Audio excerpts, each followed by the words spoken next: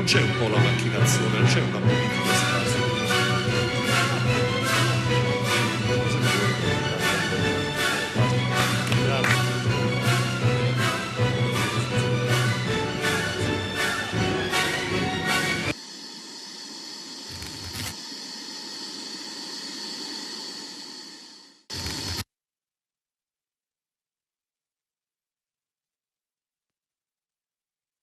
Questa volta partiamo un po' prima, alle 21, come vedete sono le 21.00 spaccate, si comincia con la diretta. I nostri ospiti stanno arrivando, prima lanciamo subito il palinsesto Eros, vediamo qual è la scaletta del nostro programma.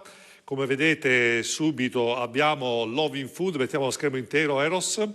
Love in Food, il nostro format televisivo, abbiamo Cantina Produttori Noale e la famosa Giovanni Coppiello, l'azienda specializzata qui nella provincia di Avigonza e provincia di Padova in produzione di carni equine, e poi la diretta con i nostri ospiti politica, parleremo di manovra economica, di manovra di bilancio. Queste tasse si fanno tutti tassati, tasse nuove, tasse sulle merendine, tasse di qua, tasse di là, ogni giorno ce n'è una, fantastico, molta creatività, e poi magari se abbiamo tempo riusciremo anche forse a parlare di autonomia.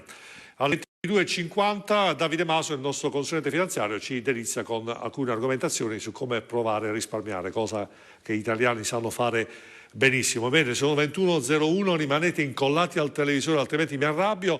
Love in Food alle 21 e qualcosa, ancora qualche minuto, allora, la diretta con i nostri ospiti.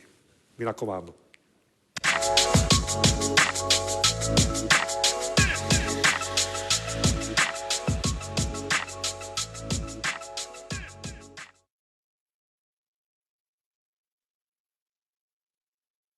Benissimo, parleremo poi ancora di vino, però la cantina Produttori Noale non è soltanto vino, ma è anche, no. E questo ecco, dobbiamo farlo scoprire ai consumatori, perché magari ci sono persone che vanno in giro facendo anche dei tour enogastronomici in giro per il Veneto, anche fuori regione, invece magari abbiamo i prodotti genuini qua a un tiro di schioppo. Ecco, ci vuole un po' spiegare quali sono le vostre caratteristiche? Esatto, gli stessi associati che ci conferiscono l'uva, abbiamo alcune aziende agricole scelte da noi, accuratamente per il discorso di alimentazione e quant'altro, conferiscono anche bovini, suini, anche le uova, e anche frutta, verdura, e praticamente questi ci conferiscono i bovini, noi li facciamo macellare da un macello da noi certificato, che dopo lui ci fa la macellazione e ci porta il bovino direttamente qui in macelleria, solo carne di Sorana. La Sorana è un tipo di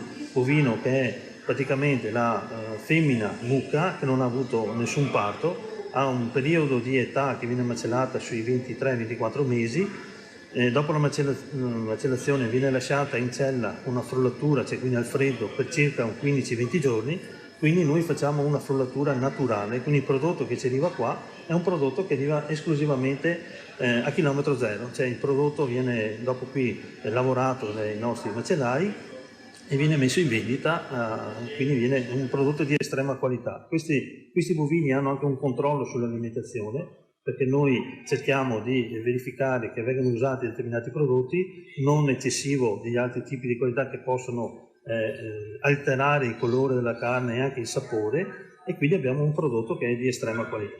Quindi un chilometro zero che sia di qualità, quindi certo. Perché il controllo della filiera, certo. Mi sembra che la cantina Produttori Noale è una cosa che viene, diciamo, come dire, richiesta e garantita al consumatore. Certo. Ecco, perché il consumatore certe volte è attratto dalla pubblicità, no? Il risparmio economico, però magari da voi si può spendere lo stesso, sì. Però stanno attenti anche alla qualità. La qualità è quello che noi cerchiamo di salvaguardare, perché quella è la cosa più importante. Ecco, perché poi Gossini, lei sarà d'accordo con me, la gente purtroppo non si rende conto che il cibo viene assimilato dal nostro corpo, viene assorbito, noi siamo il cibo che mangiamo, si dice diciamo con un po' di filosofia, quindi avere un po' di qualità, avere un prodotto qualitativo non può che fare sicuramente bene al nostro organismo.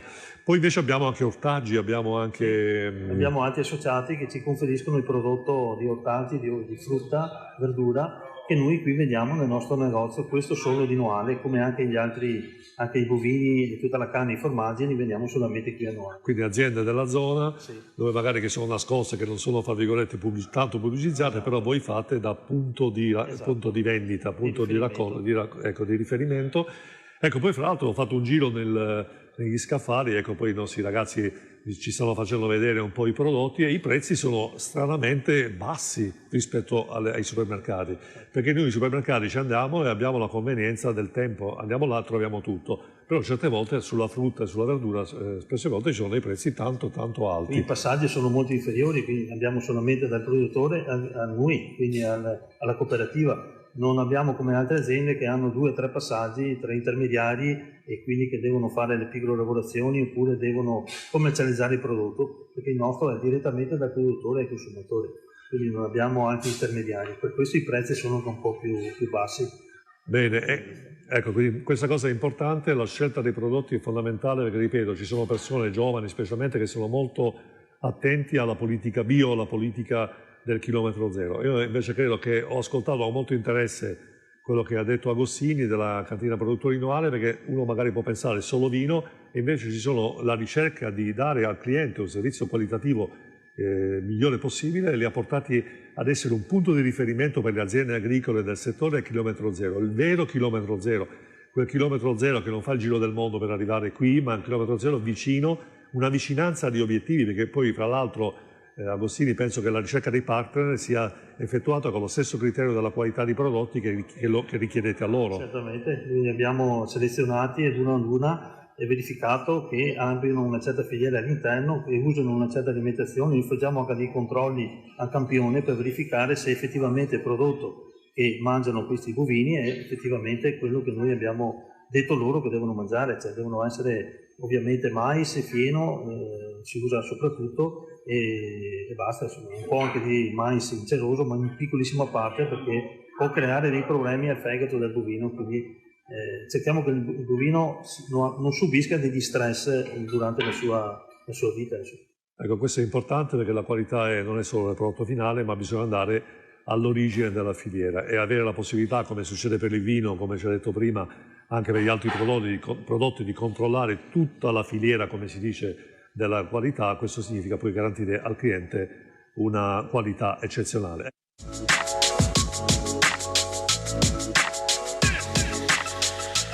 Dopo la bella intervista con Barbara Coppiello, adesso ovviamente mettiamo sotto torchio Giuliano. Benvenuto Giuliano. Salve. Allora Giuliano, tu so che sei il factotum, alla fine fai tutto tu qua, a parte la battuta.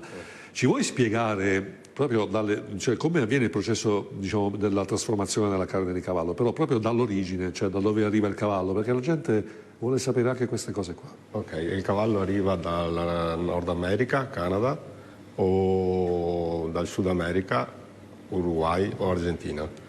Poi arriva e viene stoccato in cella. Quindi però arriva già trasformato. Già cioè trasformato a pezzi anatomici, pezzi. già tutti i pezzi anatomici, anteriore e posteriore.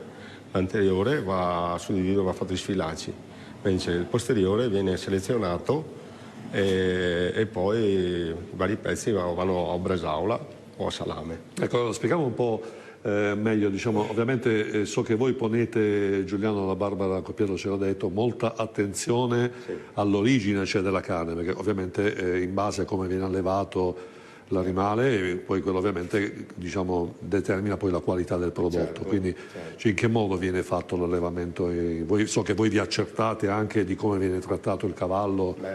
Si vede anche l'animale quando arriva la carne, come si vede come è trattato, diciamo, certo, si vede subito. Quindi so che ponete attenzione proprio al fatto che il cavallo viene allevato libero, che non ci siano... Sì, sono a stato brado o semibrado. E quindi viene curato anche questo aspetto. Certo. Avete i vostri fornitori, Sì. storici. Ecco, allora, per esempio, i vostri cavalli di battaglia sono gli sfilacci, per cui veramente siete la Coppiello è famosa in tutto il Veneto e anche oltre. Ecco, spieghiamo come avviene il processo produttivo, perché poi ovviamente adesso poi i nostri ragazzi, mentre noi parliamo, ci fanno vedere un po' di immagini Quindi arriva il pezzo, diciamo, e quale parte innanzitutto? Dell'anteriore. Dell'anteriore, sì. Ok, quindi spiegaci un po' come, Sì, come viene. viene selezionata la carne, viene messa in ammollo, acqua e sale, e poi viene cotta, affumicata. Quanto tempo rimane in acqua e sale? E in acqua e sale rimane una settimana. Ah, quindi anche abbastanza, Sì, diciamo. una settimana, e poi viene cotta, affumicata e poi preparata, lavorata e sfilata. Ah, quindi diciamo, ma poi ci sono dei macchinari particolari che Sì, determinano. c'è sfilata a mano a macchina. Ecco, poi ma la fumicazione poi come avviene? Cioè c'è so che avete delle camere, diciamo, dedicate a Sì, questa. sì, abbiamo un affumicatoio naturale, o se no c'è il fumo, quello preparato, liquido. Ok, quello diciamo. E quindi diciamo il prodotto poi assume anche quell'odore particolare di affumicatura proprio perché diciamo, viene fatto questo processo produttivo. Quindi quanto dura alla fine? Una quindicina di giorni il processo o di più anche? No, su 10 giorni. Ah, sui 10 giorni. Quindi poi alla fine arriva la confezione e abbiamo spiegato perché poi la gente quando vede la bella confezione con tutti gli sfilacci non sa niente, invece oggi noi abbiamo spiegato come si fanno a fare gli sfilacci di cavallo. Ecco, allora invece un altro cavallo di battaglia vostro che insomma, è un prodotto comunque famoso a livello nazionale è la bresaola di cavallo, perché poi bresaola poi viene copiata, c'è anche la di manzo, però quella vera, la vera bresaola sarebbe quella equina. Quindi anche qua spieghiamo un po' come avviene, cioè innanzitutto che pezzo viene preso per la bresaola? Viene preso un pezzo di coscia, parte del posteriore del cavallo, viene preparato, selezionato e poi viene salato e resta circa 3 settimane sotto sale. Ma completamente, quindi viene completamente immerso nel sale? Il sale va in percentuale, Ho in base al quintale va tot sale, tot aromi, tutto quello. Quindi non spieghiamo i Certo, segreti sicuro. E poi alla terza settimana viene insaccato, poi insaccato viene asciugato negli asciugamenti, perché circa so che 10 giorni. Perché ho visto Giuliano passeggiando in questo capannone che è grandissimo, visto che ci sono anche delle aree di scambio, cioè diciamo, di cui il prodotto viene lasciato ad essiccare, quindi con uno scambio continuo. Infatti quando sono arrivato c'era un odore di carne affumicata che era molto piacevole, magari per voi è diciamo una routine, però magari uno che viene da fuori sente questo odore ed è bellissimo. Quindi continua a spiegarci allora. La bresaola viene asciugata 10 giorni, poi in stagionatura circa un mese e mezzo. Quindi insomma anche abbastanza. Certo, poi viene o preparata, confezionata o taglio, facciamo anche la bresaola in affettato. Ecco Giuliano, poi magari noi come consumatori siamo abituati ad avere lo stesso gusto standardizzato, invece magari certe volte anche il tipo di carne cambia, il momento, anche stagione, quindi cambia anche il sapore, giusto? Ci vuoi un po' spiegare la qualità, più grasso, meno grasso, più gustosa, meno gustosa. Quindi cambia anche certe volte anche che non c'entra con la preparazione, è proprio il tipo di carne. Di carne che è. E anche magari il periodo stagionale in cui avviene anche il. Sì, ma soprattutto magari anche dall'origine magari dall'Argentina all'Uruguay può cambiare il gusto. È chiaro. Beh, questa è la dimostrazione che evidentemente il prodotto è artigianale, genuino e non viene fatto in maniera industriale sempre con lo stesso sapore. Purtroppo noi consumatori dobbiamo abituarci che i prodotti standardizzati con la qualità standardizzata significa omogenizzare il gusto, omogenizzare il prodotto e ridurre anche l'aspetto genuinità. Qui invece è tutto il contrario, è un lavoro artigianale, è un lavoro in cui, è giusto Giuliano, si punta molto alla qualità, quindi è chiaro che il sapore può cambiare anche sinonimo di genuinità.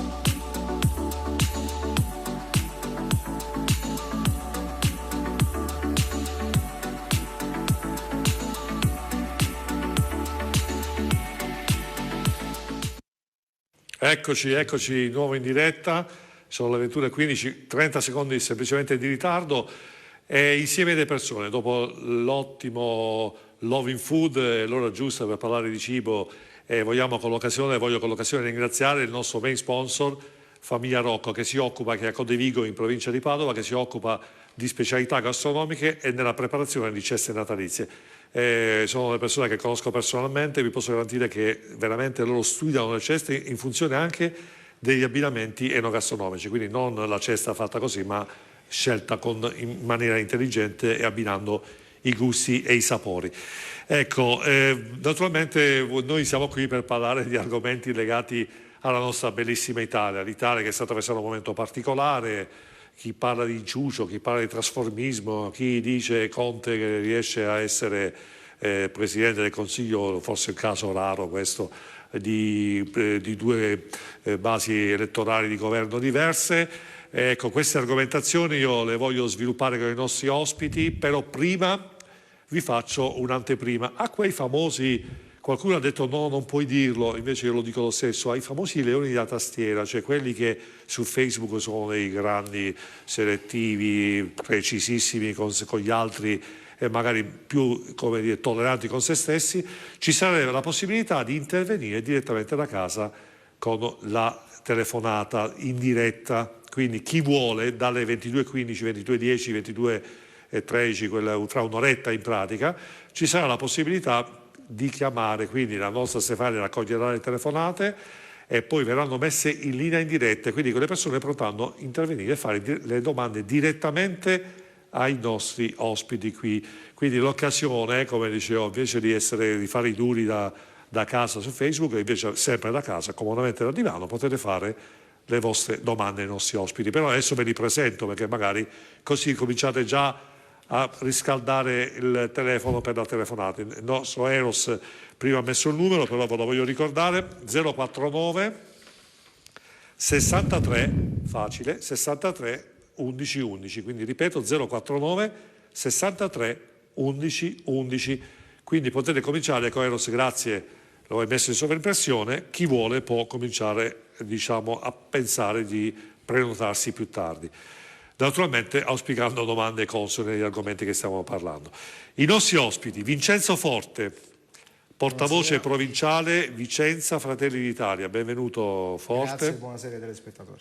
Marco De Rito, giovanissimo, Partito Democratico. Buonasera, grazie per l'invito. Lei è Partito Democratico, non Italia Viva? No, Partito Democratico. No, perché in questo momento i dubbi attanagliano il presentatore, che deve sempre chiedere per...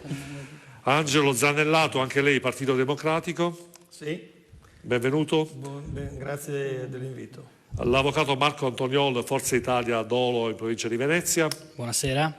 Poi abbiamo la famosissima, posso dirlo veramente con molto piacere, Wanda Pellizzari, una guerriera che cavalca 1000 battaglie a difesa dei commercianti di Padova, consigliere comunale Padova, capogruppo lista Bitonci, sindaco della Lega. Benvenuta. Grazie. E poi Riccardo Brudello, che invece è coordinatore Lega delle sezioni del Comune di Venezia e consigliere di municipalità. Grazie, buonasera. Ecco, allora io adesso approfitto, mi siedo Eros, perché qua la diretta è lunga, gli argomenti sono tanti e io subito chiederei a Vincenzo Forte, ma Forte, io mi sono segnato qua l'elenco di tutte le tasse, tassine, forse i miei ragazzi mi hanno cominciato a prendere appunti, poi ho detto mi devo fermare perché gli argomenti sono tanti. Sterilizzazione e aumento IVA, riordino delle detrazioni bonus fiscali e flax tax, cuneo fiscale per il lavoratore, rimodulazione dei ticket sanitari, riduzione delle detrazioni fiscali su spese sanitarie e casa per chi guadagna più di 100.000 euro, lotta all'evasione, carcere per gli evasori, proroga dell'agevolazione industria 4.0, investimenti verdi, 50 miliardi in 15 anni, Family Act, poi tasse sulle merendine, imposta sugli imballaggi di plastica, disincentivi per chi vuole... Mi è venuto mal di testa. È un bel libro dei sogni. Un bel libro dei sogni, bisogna vedere poi come verrà declinato, perché il rischio concreto, molto concreto, è che alla fine si traduca solamente in un aumento vertiginoso della tassazione, si andrà a colpire molto probabilmente le fasce più deboli. Leggevo della volontà di cominciare a tassare, anzi togliere gli incentivi diciamo, sul gasolio, sul diesel, quindi fondamentalmente si andrà a tassare coloro i quali non possono permettersi magari le macchine elettriche tipo Tesla che Greta Thunberg vorrebbe tanto favorire.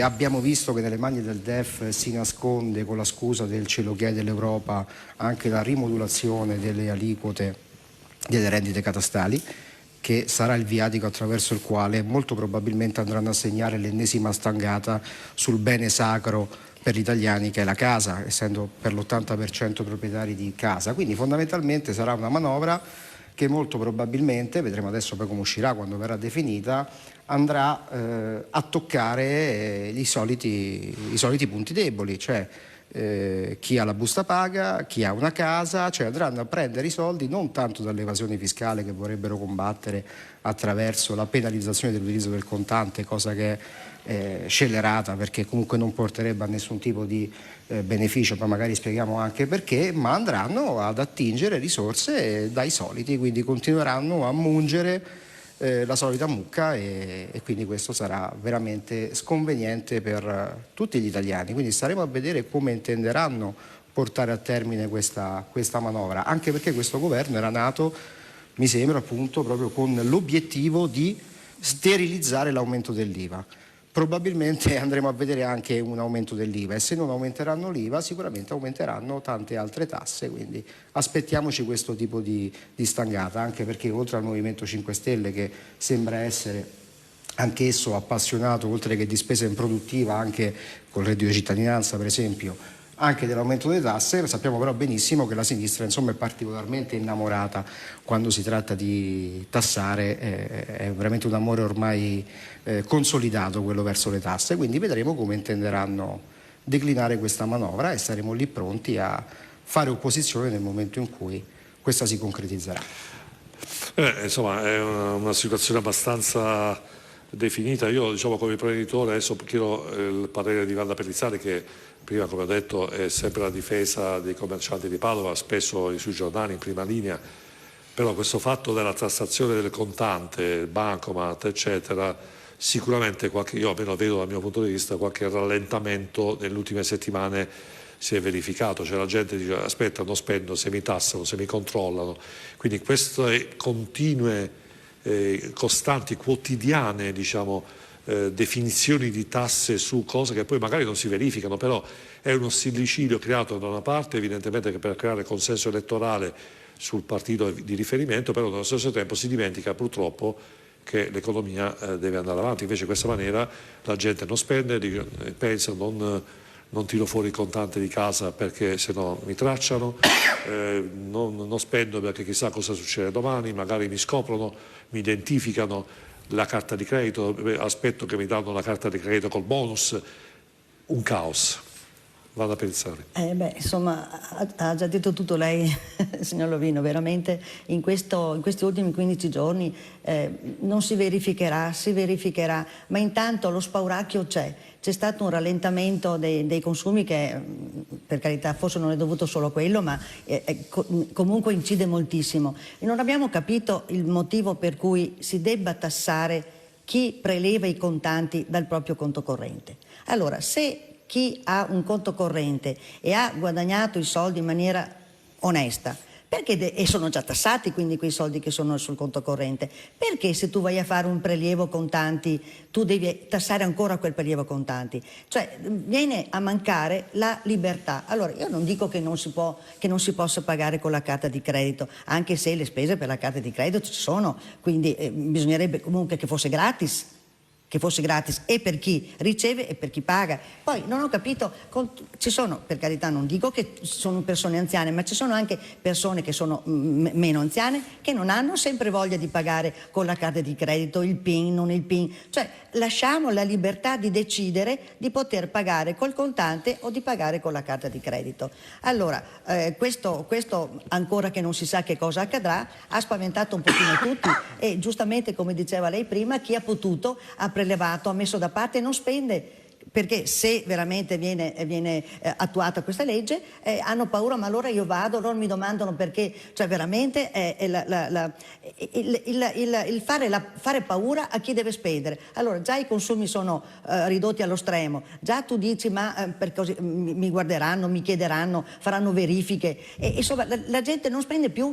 Non spende più se non per lo stento indispensabile, il cibo, eccetera, però per i beni che magari che non sono necessari non spendono. Io ho fatto proprio sabato e domenica, quando c'era anche poi la prima domenica ecologica, un giro, è una roba disastrosa, non c'era nessuno.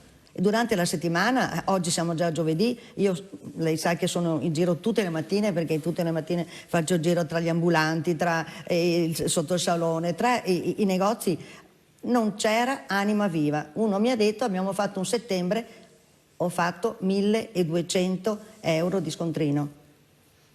Quindi cerchiamo anche noi eravamo partiti bene con Salvini, con la Lega, cioè avevamo fatto pensare che veramente sarebbe accaduto qualcosa. La flat tax dove veramente dicevamo bene, pagare meno ma pagare tutti, quindi sicuramente si sarebbe potuto anche combattere il nero.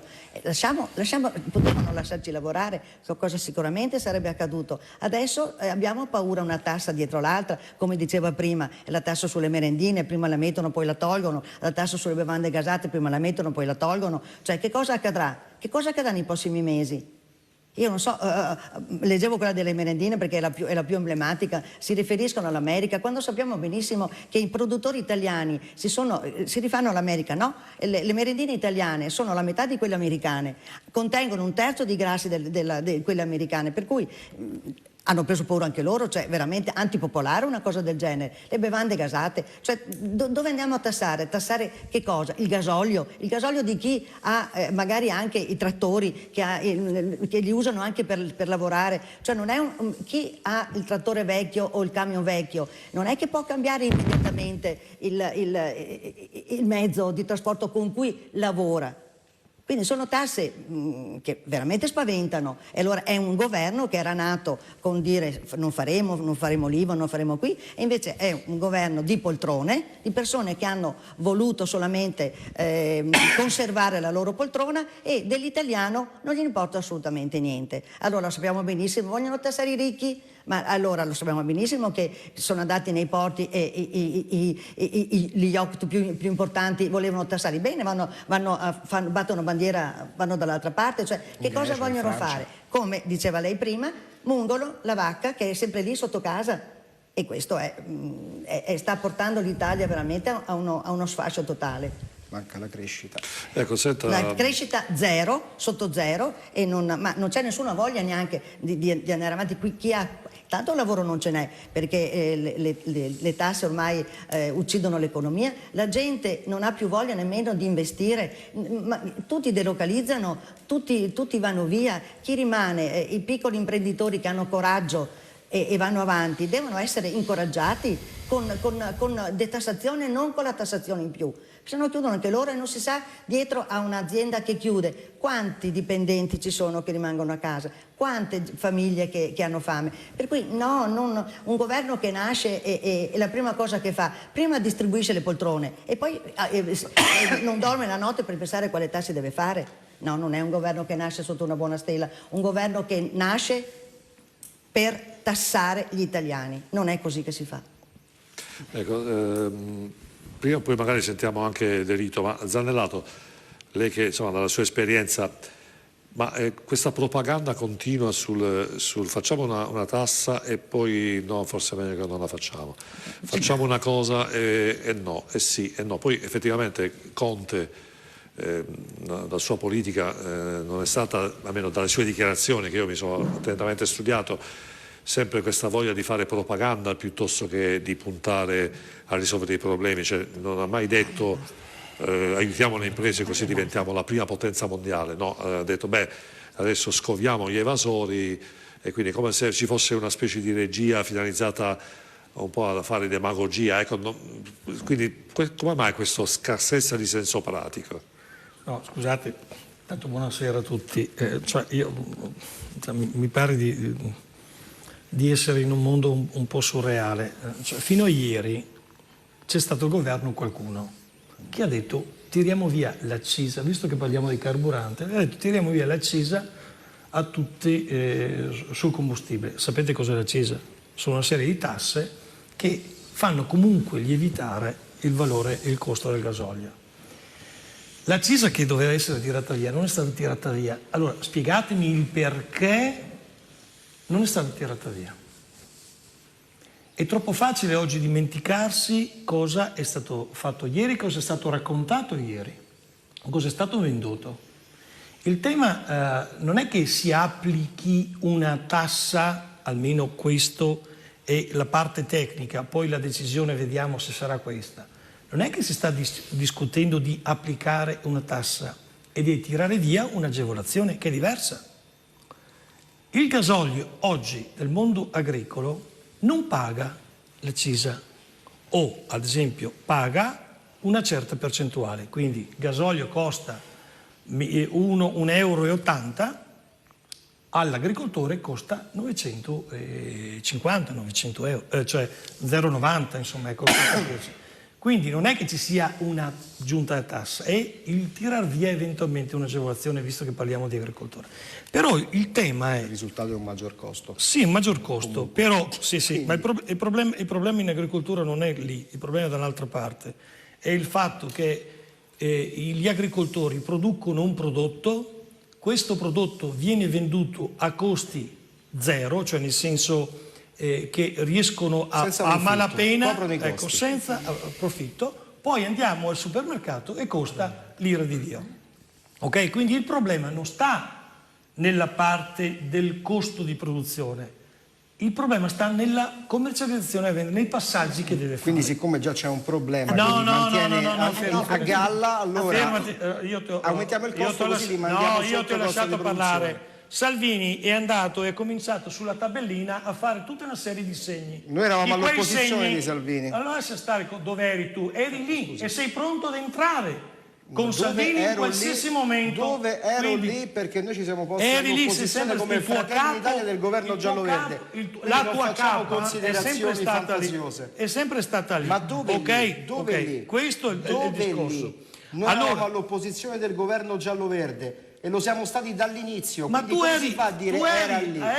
all'opposizione del governo giallo-verde. Sì, come lo sono all'opposizione del governo giallo-rosso. Ma pronto, bravo, vuol dire che sei abituato a stare in opposizione. Certo, ma vuol dire perché che siamo- tu eri siamo abituati pronto a rispettare la volontà degli elettori allora, italiani. Se mi lasci parlare bene, se vuoi che faccia polemica, io sono abituato a farla. Se fai, ma guarda, non ho ma problemi. no, ma non è polemica, ma allora, se fai lasciami delle parlare, accuse, perché se prima fai delle accuse io ti Una alla rispondo. volta, No, una alla non sono volta. accuse, le fate anche tu le accuse al centro-sinistra o a questo tipo di governo. Questo tipo di governo è appena partito. Se ci sono i problemi di occupazione, la colpa non è di questo governo, la colpa è di chi ha governato prima. Se oggi ci parla di autonomia e non c'è l'autonomia, è perché qualcuno che ha governato prima non è stato in grado di farlo. No. Sì, fermo. No. Guarda, che si è parlato di indipendenza, di secessione, di autonomia. No. Chi ti ha dato la possibilità di realizzare un po' di autonomia? È stato il governo di centrosinistra, quello rosso,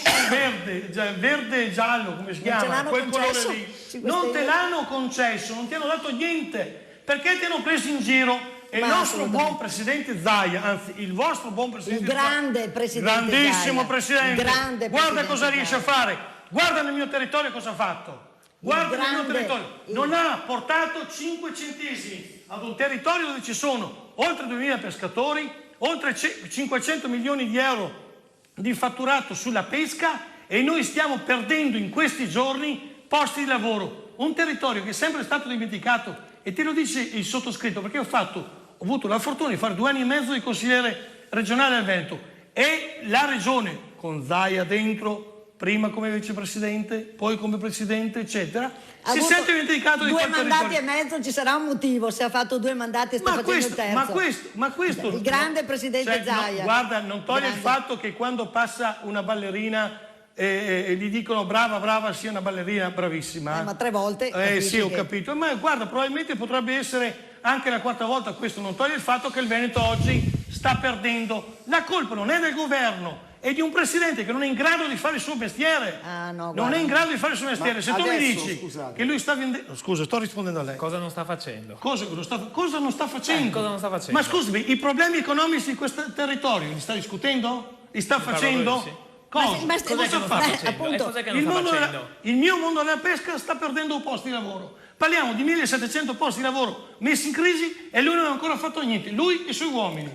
E questo è il modo. Sul tema della viva Trump, e oggi ti troviamo i dazi che, guarda caso, vanno a penalizzare molti dei nostri prodotti dove Ma noi noi non ci abbiamo mica, è una... Ma mi sembra Ed è che colpa del abbia presidente alzato Zaia. troppo i non toni, sarà mica colpa del presidente Zaia. No, È la una pena colpa che del dovrebbe- presidente Zaia è di aver cantato vittoria quanto ha vinto Trump. Zaia e i suoi capi. La state cantando voi adesso. Giuseppe Sì, noi- Conte, il certo, presidente sì, del Consiglio. Presidente Conte. Ma non stiamo Scusate, saltando il Trump. Mi pare di sì. No, guarda. ragazzi, cioè, Non Comunque, dire Zaia è cose il che non sono vere. presidente Non dire che cose farà non il sono vere. terzo mandato. Ma certamente quindi non farà puoi anche il dire terzo Allora, niente. preparatevi, grazie Zanerato, l'intervento è molto molto interessante. Allora gli altri ospiti si possono preparare le risposte, lanciamo un breve spot, rimanete incollati alla televisione, preparatevi a chiamare perché fra mezz'oretta circa potrete chiamare e allora fare sì direttamente le domande ai nostri ospiti.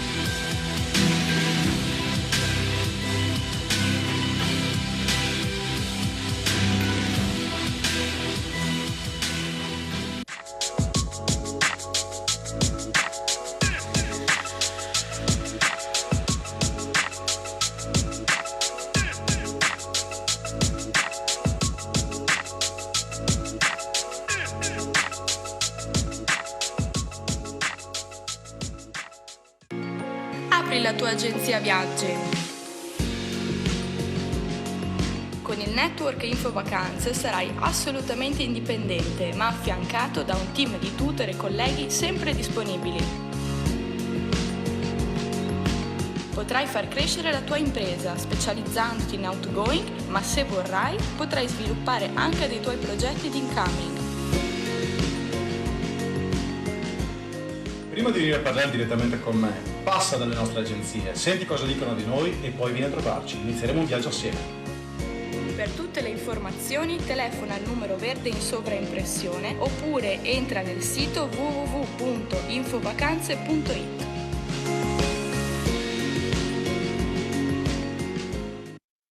Bene, di nuovo in diretta insieme alle persone 21:38, studi di Canale Italia Rubano Padova. Ringraziamo ancora il nostro main sponsor Famiglia Rocco, preparazione di specialità gastronomiche, ceste natalizie con abbinamenti enogastronomici, perché fare una cesta natalizia non vuol dire prendere una scatola e buttarci la roba dentro, vuol dire cercare di fare degli abbinamenti in maniera tale che chi compra e chi riceve il dono sappia anche gustarne il contenuto. Ecco, Brunello, la valutazione di Zanellato è stata molto precisa, cioè molto circoscritta. Il territorio che aggiungiamo è quello di Rovigo, perché magari per i nostri telespettatori che si fossero messi in visione solo adesso, quindi là in effetti si sa, Rovigo storicamente è sempre stata un'area un po', non si sa per quale ragione, un po' abbandonata, un po' invece le eccellenze, anche visto che chiaramente io ho un format sul food, e evidentemente Rovigo, la zona delle eccellenze enogastronomiche importanti. Brunello. Io vorrei ricordare al ex consigliere del PD che uno degli ultimi regalini che ci ha fatto il buon Renzi è stato quello di introdurre obbligo di fatturazione elettronica, unico paese che l'ha adottata in Europa, obbligo di corrispettivi telematici in vigore da agosto, e andrei dai propri commercianti di riferimento a chiedere quanto sono contenti di questi adempimenti, che non è che sono costati qualcosina, sono costati una palancata di soldi. Alla fine, per far cosa? Lotta all'evasione, che doveva portare le soluzioni. Oggi apriamo tutte le testate giornalistiche e cosa si dice? Faremo di tutto per fare lotta all'evasione. Ma allora io dico, avete incentivato questa fatturazione elettronica per cercare non si sa cosa, e oggi dite ci mancano soldi, dobbiamo sistemare una questione IVA. Ma allora, prima di fare le cose bisogna pensarci, e prima di pensare tante cose andate a chiedere ai vostri produttori locali se sono contenti delle cose che gli avete introdotto e se le agevolate la vita, perché probabilmente del 100% della giornata devono occuparsi il 90% per adempimenti burocratici, e se hanno tempo il 5% per andare a pagare multe e il 5% per cercare di portare a casa la pagnotta alla propria famiglia. Quindi secondo me ci pensino bene, e se andate a bussare alla porta alle persone che vi votavano, perché oggi ovviamente chi risponde il successo è Matteo Salvini, perché concretamente parla alle persone e cerca di portare a casa gli obiettivi, tant'è che non riuscendo a portare ha dovuto andare via perché ha detto non ci sono le condizioni per andare avanti. L'unica cosa che c'era di buono e che era in atto era la flat tax. Oggi cosa si dice? La cancelleremo oppure la ridurremo, che vuol dire la lasceremo per dire che c'è, ma non varrà niente. E allora come pensiamo di andare avanti? Antonio, lei che... Non me ne sono accorto forse. Non c'è la flat tax. Non c'è la flat tax. Rispettiamo le regole, se no delitto andiamo un po'. Antonio, Forza Italia è sempre vicino alle imprese, no? Cioè, quello che ha detto Brunello, scusate, quello che ha detto Brunello è una cosa interessante. Lo Stato, cioè io purtroppo insomma, per il tipo di lavoro che faccio sono costantemente a contatto con gli imprenditori e tutti dicono la stessa cosa, cioè a prescindere da quello che votano, burocrazia, se ti capita ogni tanto arriva una cartella, una multa e non sai perché, cioè, e poi si riceve quell'importo che fatalità è sempre quell'importo giusto che dici non mi conviene andare a fare causa, vado a pagare.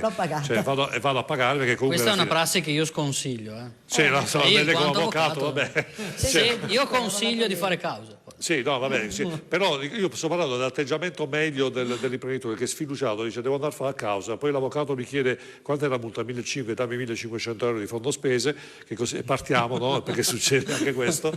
E quindi l'imprenditore, la burocrazia che uccide la capacità di iniziativa dell'imprenditore. Allora io le chiedo una cosa, Antonio, come mai in Italia è l'unico paese secondo me del mondo, e nonostante questo riusciamo ad essere la quarta, la quinta, la sesta potenza mondiale, dove invece la capacità imprenditoriale è mortificata ogni giorno. Io questo, cioè, me lo spieghi lì perché io non dalla riesco a burocrazia. Beh, se no io che lavoro farei? demagogia, cos'è? Cioè, che lavoro farei se no? Io sarei qui? No, mi annoierei. Invece per fortuna ci sono questi legacciuoli che rendono difficile la vita. Il motivo non c'è, il motivo è che nessuno si prende veramente cuore del problema.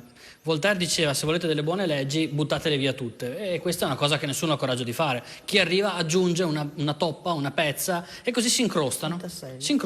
Prima si parlava delle accise. Le accise sono un esempio classico, perché se uno ripercorre la storia delle accise trova accise che risalgono a guerre che magari non so neanche che abbiamo combattuto, Eritrea, Libia, insomma sono delle cose, e perché nessuno le toglie. Allora arrivano, rimangono lì, dice ma questa la lascio, però non la tolgo mica perché tutto sommato mi fa comodo. Per la burocrazia è la stessa cosa. La fattura elettronica adesso è mortale, no? Cioè l'hai fatta tu? No, l'hai fatta tu. In realtà chi è che l'ha fatta? Voi dite noi subiamo, voi la subite, però ce l'ha regalata Renzi, però a me pare che tutto sommato è vero che la Comunità Europea ce l'aveva imposta, è vero che avevamo una tempistica per introdurla, ma che abbiamo corso per metterla sul tavolo prima, perché avevamo il problema della finanziaria dell'anno scorso che non passava. Abbiamo detto è vero, abbiamo un deficit stellare, però guarda cosa facciamo, siamo i primi a fare la fattura elettronica, guarda come siamo bravi, noi e il Portogallo, solo che il Portogallo poi l'ha tolta, noi invece siamo ancora qui che ce l'abbiamo. Però adesso tutti quanti dicono è colpa loro. In realtà è così che funziona. Tutti quanti fanno qualcosina e poi dicono no, e nascondono la mano dietro. Qui è bellissimo perché io sono circondato tra governo e ex governo, e è divertente. Cioè, prima anche ridevo pensando che Abbiamo la Lega che quello che voleva era sfilarsi dal governo per poter dire non ci hanno fatto lavorare, vero? L'ho anche sentito dire. Non ci hanno fatto lavorare. Era una lunga sequenza di no. Sì, non ci hanno fatto lavorare. Si sono fatti il reddito di cittadinanza, poi hanno cominciato a dire certo. no. Io ricordo male, però mi sembrava che Salvini avesse fatto la sfiducia a se stesso. In realtà voleva stare all'opposizione, dai, è comodo stare all'opposizione, ci alzano le tasse. Poi però abbiamo anche il PD, anche questo è divertente, che dice colpa del governo precedente. Chi l'ha inventata questa frase? No, perché la dicono tutti, cioè, è bellissima alla fine. Cioè, quindi anche per rispondere alla domanda di prima, colpa del governo precedente. È semplice. Allora, se guardiamo... Guardiamo assieme un video e poi lo commentiamo, perché non c'è il 5 Stelle, però Eros, se vogliamo lanciare il primo contributo video. Un programma da mettere da parte. Va bene. A proposito di conflitti di interesse, ha fatto molto polemica il fatto che nella famosa piattaforma Rousseau in New York ci sia stata, mentre voi eravate lì, si aprisse a questo incontro. Non trova che ci sia anche lì un po' di conflitto di interesse? Beh, c'era se Davide Casaleggio con l'associazione Rousseau, che è un'associazione senza scopo di lucro, è un'associazione che porta avanti il nostro sistema operativo, se era lì a rappresentare il governo.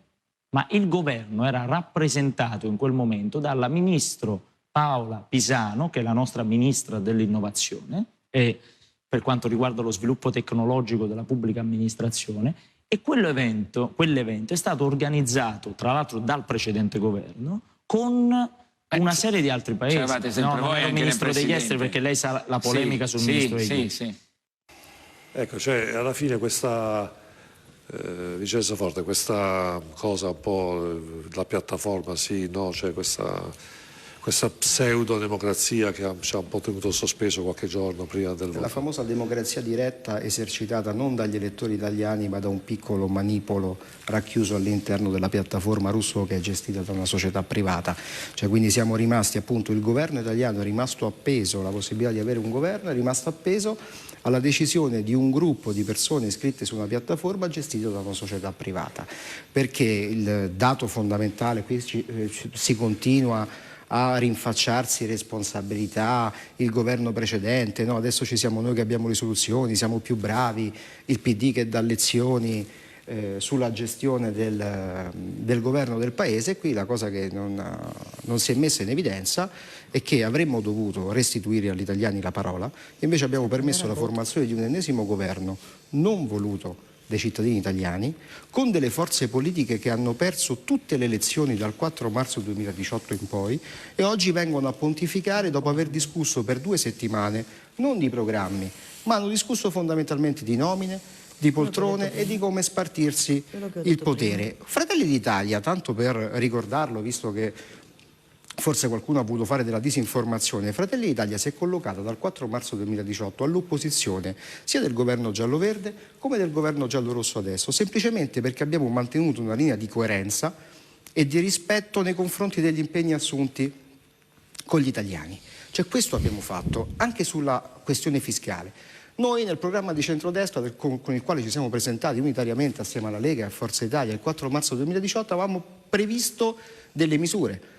Un grande piano di sostegno alla natalità, perché senza crescita non andiamo da nessuna parte, la natalità è fondamentale, uno shock fiscale, la flat tax. Anche sulla flat tax vogliamo discuterne quello che ha fatto il governo giallo-verde, cioè sulla flat tax si è persa un'occasione.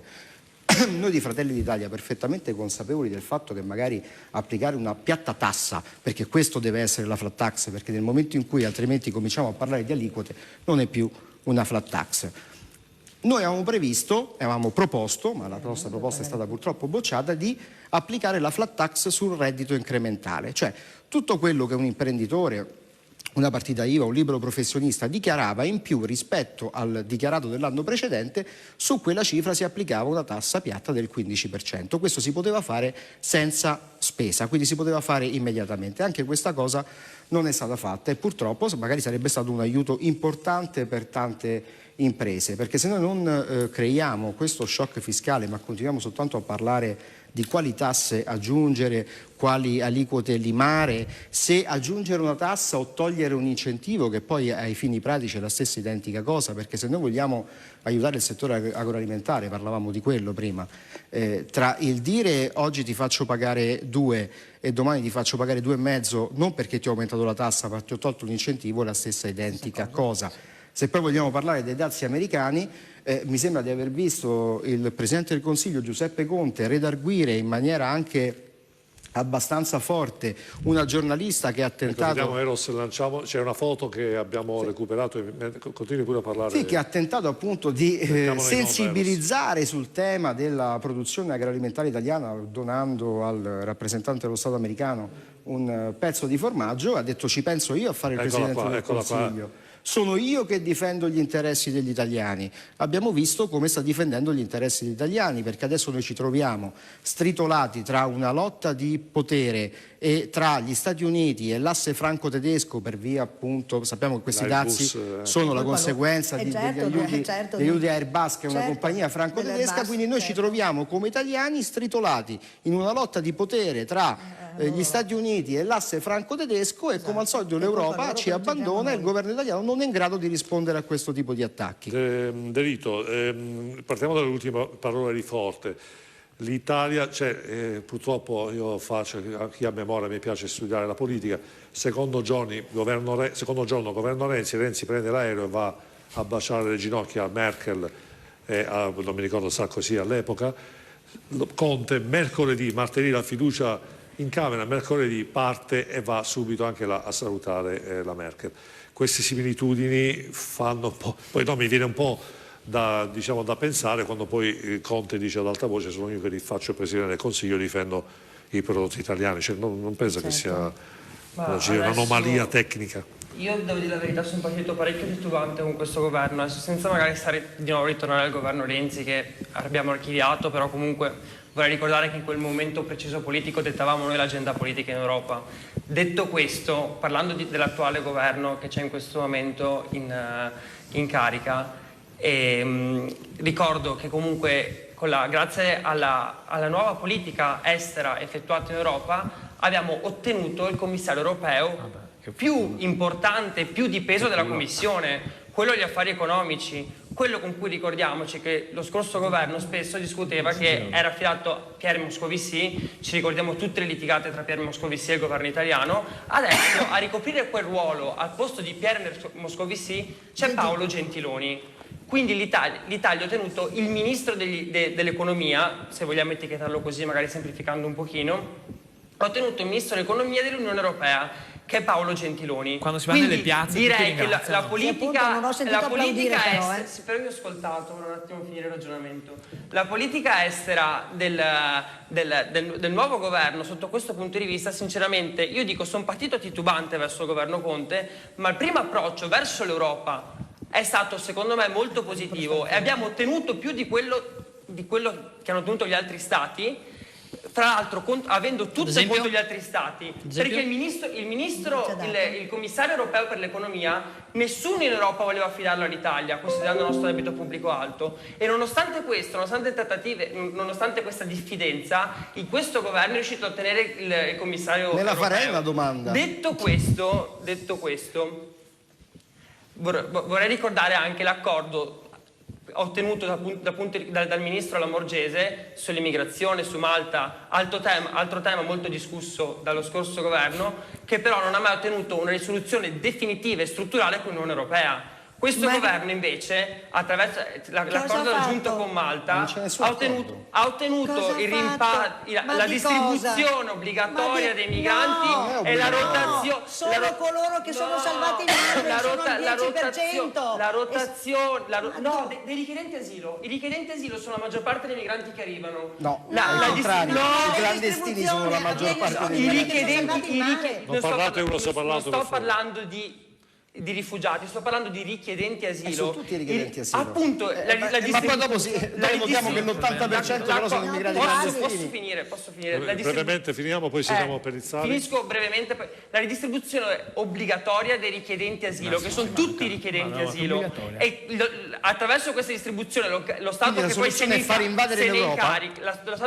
ne in carica deve anche gestire nel caso in cui appunto il migrante non ha diritto, è clandestino, e deve gestire l'espatrio nel caso in cui non abbia diritto di stare qua. E la rotazione anche dei porti del porto sicuro. In questo momento spesso l'Italia è il porto sicuro, in quanto l'Italia è il porto più vicino alla Libia. Ci sarà una rotazione dei porti sicuri da Poggio su base volontaria. Vuole un po' precisare, perché secondo me c'è qualche notizia, va precisato, perché io so che le cose non sono proprio così. No, io ho tenuto conto e rispetto di tutto quello che dice lui, perché rispetto per ognuno la propria opinione di ognuno, però non è così. Intanto non è il primo accordo che fanno, perché accordi ce ne sono stati tantissimi. Ci ricordiamo Barroso insieme al ministro Alfano che voleva ridistribuire 40.000 migranti a Lampedusa, manco uno ne è stato mandato via.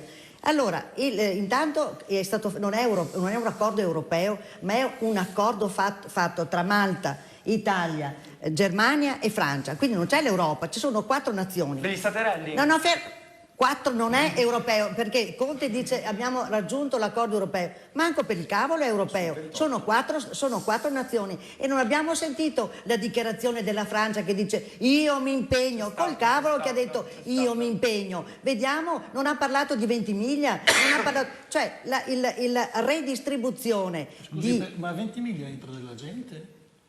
Beh, no. Una domanda? Sì. Certo. Benissimo. Ma come mai prima, quando c'era Salvini, non entrava nessuno? Non entrava nessuno. Non sono entrati adesso? Allora, io sto parlando della redistribuzione. No, stiamo parlando... Ma certo, sto parlando che benissimo. Della Francia la gente che entra in Italia o in Europa dovrebbe essere distribuita, ritengo, complessivamente in base ad un certo parametro da parte di tutti, ok? Sì, ma non è stato fatto perché... Adesso 4 stati si sono messi d'accordo? Ma no, ma non... Questa proposta... Ma non è un accordo, non hanno firmato niente. Questa proposta verrà discussa in Parlamento? Vedremo il Parlamento come risponderà. Il Parlamento potrebbe dire non ce ne frega niente. Sono solo i volontari di questi 4 stati, sono i volontari, non è obbligatoria. Non ce ne frega niente. Non ce ne frega niente. Non è obbligatoria, solo chi dice sì porta solo chi fa l'accoglienza potrebbe avere i contributi, perché c'è anche questa tesi. Ma c'è anche questa tesi. Mi sto riferendo a lui che ha detto obbligatorio. Ma sì, l'ho capito. Ma stiamo parlando di porto sicuro. Stiamo parlando di un tentativo di rispondere ai problemi immigrazione, che non lo possiamo fermare. Allora, ma neanche non lo così possiamo fermare, è una rivelazione abbastanza fantasiosa. Ma in un mese sono... Ma chi l'ha detto? Ma fammi un piacere, dai. Ma dai, stavamo Vincenzo facendo... Forte, la Zanerato ha detto una cosa interessante: la migrazione non si può fermare. Cioè, in che senso? Mi sembra veramente una dichiarazione un po' forte, perché ci sono paesi al mondo, per esempio l'Australia e gli Stati Uniti, che l'immigrazione la gestiscono.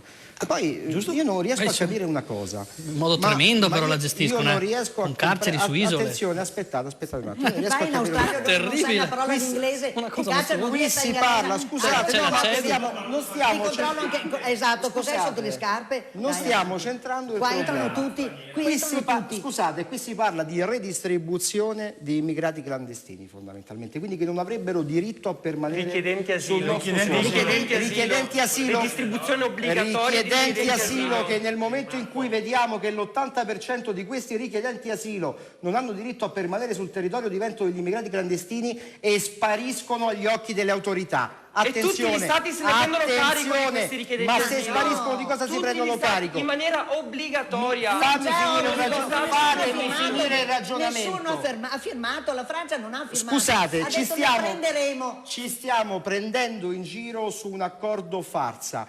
Non c'è accordo. La soluzione del problema migratorio non è quello di far invadere tutta l'Europa. La soluzione del problema migratorio è bloccare attraverso un blocco navale quello che propone Fratelli d'Italia ormai da anni. Bloccare le partenze e attivare degli hotspot per identificare sui luoghi di partenza chi veramente ha il diritto dello status di rifugiato politico, allora per quelli difendere i nostri porti, perché siamo stati eletti per ridistribuirli poi sul territorio, quelli che hanno diritto siamo stati eletti all'asilo, perché altrimenti continueremo a far invadere il territorio italiano e poi quello europeo. Cioè tutta l'Africa in Europa non ci sta. Come volete farlo con il blocco navale? Soluzione? Come volete farlo? Come è stato fatto il blocco navale per esempio con l'Albania? Per favore, non una volta. Ma siete arrivati terzi. Siete arrivati terzi. Ma però ci siete dentro voi che non... Ma ci siete dentro voi che siete fermati. Ma perché governate? Ditemi perché nessuno vi vuole. È stato nessuno vi vuole. No, fermati. Prima avete detto, non mi ricordo chi. Prima avete detto, c'è un governo che nessuno vuole. Allora, c'è una Costituzione che stabilisce le regole. Ok? Fermati. Non è anticostituzionale. Fermati. Però vi siete messi, vi siete odiati. Lascia stare, ma anche voi vi siete odiati. Ma come possiamo credervi? Ma come possiamo credere a un governo che fino a 3 secondi prima si prendeva a pugni? L'avete fatto solo per le poltrone. Perché potevamo andare al voto, invece avevate paura di perdere le poltrone e non siete andati al voto. Noi volevamo votare, non abbiamo paura di perdere le poltrone. Chiedo scusa. Ho capito, se non ci sono i numeri, se non ci sono i numeri. Lanciamo un filmato, Eros. Non ci sono i numeri. Zanellatos. Ah, secondo te 5 Stelle e Lega? Ok.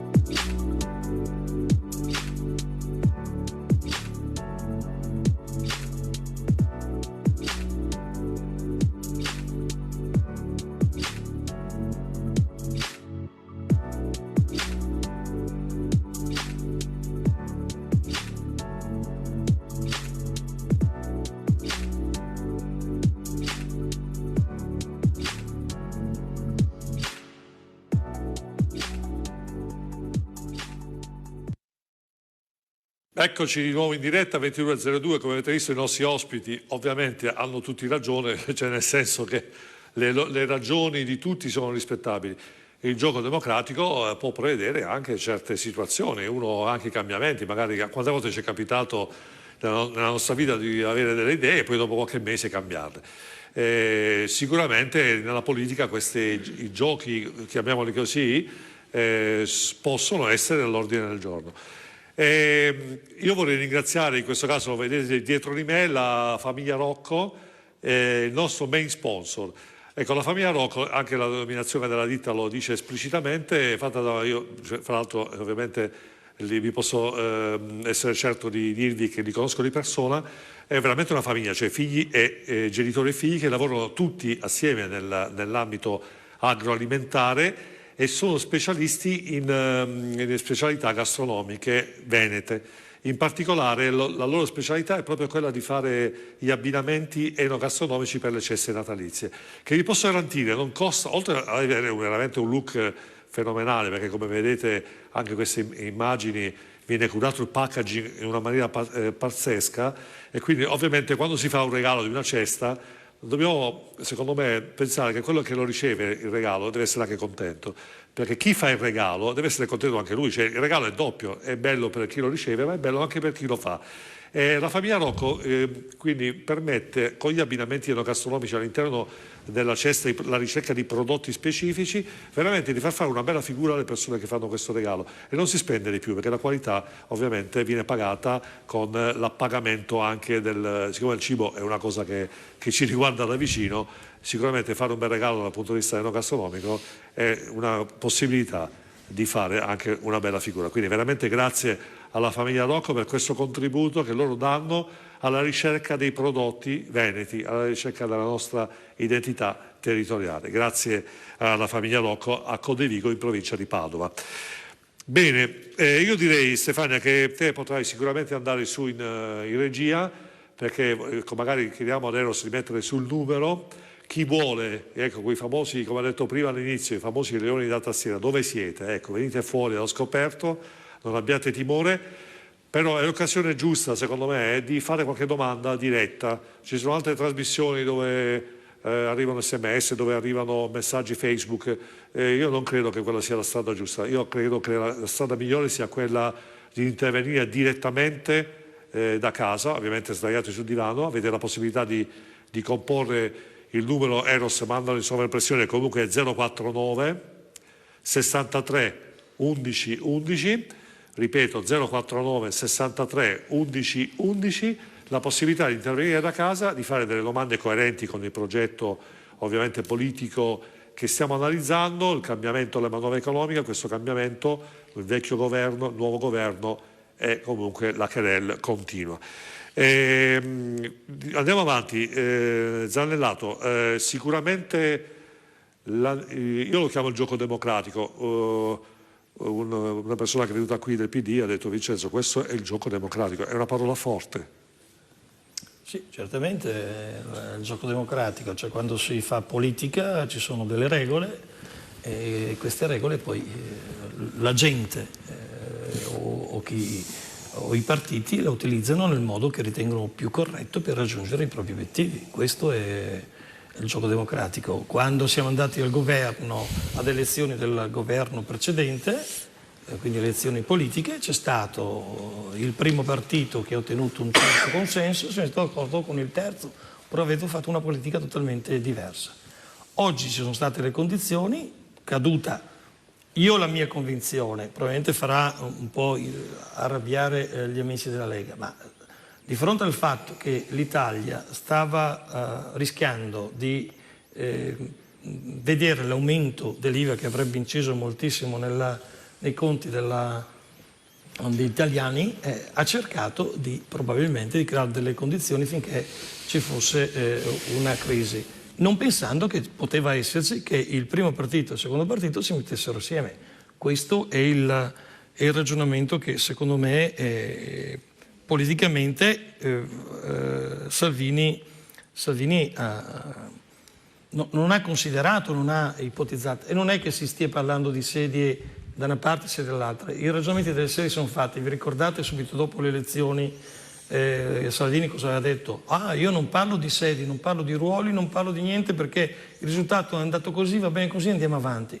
Dopo 10 giorni ha cominciato a pretendere il rappresentante a livello d'Europa, il rappresentante dall'altra parte, il più poteri alle proprie attività, ha tentato di imporre la propria agenda politica, tenendo presente che poi quando si parla di reddito di cittadinanza l'ha votata anche la Lega quella legge, quindi non è che adesso ci dobbiamo... Zannellato, mi pare che Eros c'è una telefonata da casa, mi pare o sbaglio? Giusto? È ancora in linea il telespettatore? Sì. Ecco, vogliamo lanciare la telefonata. Pronto? Pronto? Sì, buonasera. Chi parla? Buonasera, sono Riccardo, da Matera di Padova.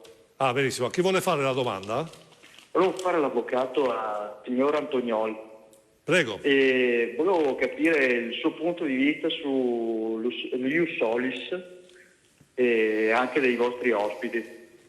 Benissimo, grazie. Visto che comunque si è passato di immigrazione e problemi associati. Una domanda molto molto interessante, grazie del suo intervento e della sua disponibilità.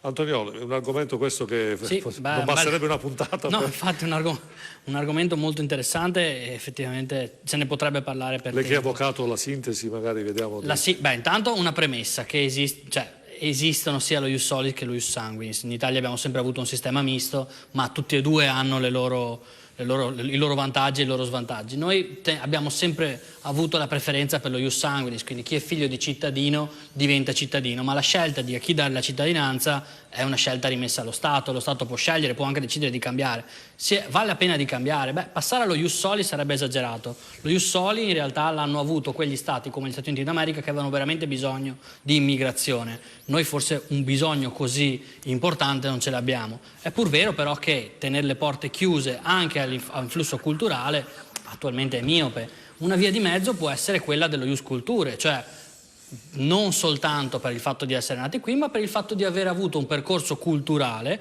che avvicina, non dico che assimila tutto, ma che avvicina a quella che è la cultura italiana. Questo potrebbe essere una soluzione. Chiaramente non è esattamente lo stesso problema dell'immigrazione, perché l'immigrazione è un problema emergenziale. Prima si parlava di fermare l'immigrazione con i cannoni piantati in mezzo al mare e sparare a chi si avvicina. Ecco, magari questo avrebbe dei costi notevoli. Invece incidere su a chi dare la cittadinanza è una cosa meno emergenziale, che quindi si può affrontare anche con la tranquillità che le cose non emergenziali lasciano, e però potrebbe dare risultati a lungo periodo. Però Fratelli d'Italia forte sta raccogliendo le firme per cosa? Noi oggi abbiamo cominciato una raccolta firme partita da Piazza Montecitorio oggi assieme a Giorgia Meloni e poi verrà diffusa su tutte le piazze d'Italia tra sabato e domenica contro la legge Boldrini, che vuole appunto facilitare l'ottenimento della cittadinanza fondamentalmente attraverso lo ius soli o lo ius culturae, che è fondamentalmente soltanto un termine edulcorato. Non si è colta la differenza tra le due. Appunto. Pensavo di essere stato chiaro. È semplicemente un termine edulcorato per definire... No, c'è una differenza sostanziale. Comunque Soli, suolo. Sì,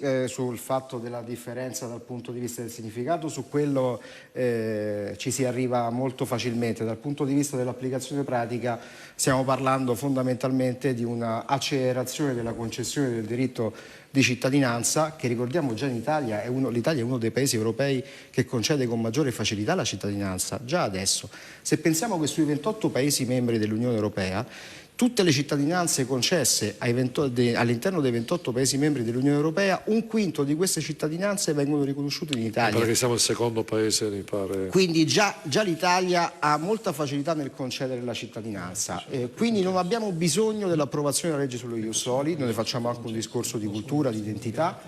E quindi abbiamo cominciato questa raccolta firme che dirameremo su tutte le piazze d'Italia contro la legge Boldrini, perché vedete questo governo, mentre noi siamo qui a parlare di emergenza dal punto di vista della crescita zero, recessione, le imprese che non riescono ad andare avanti, una pressione fiscale che aumenta sempre, questo governo già parla di ius soli, parla di tasse sulle merendine, Orfini addirittura del PD l'ha messa come una merce di scambio con il Movimento 5 Stelle per il taglio dei parlamentari, quindi stanno preparando questo tipo di giochetto per facilitare l'ottenimento della cittadinanza, fondamentalmente regalando la cittadinanza italiana.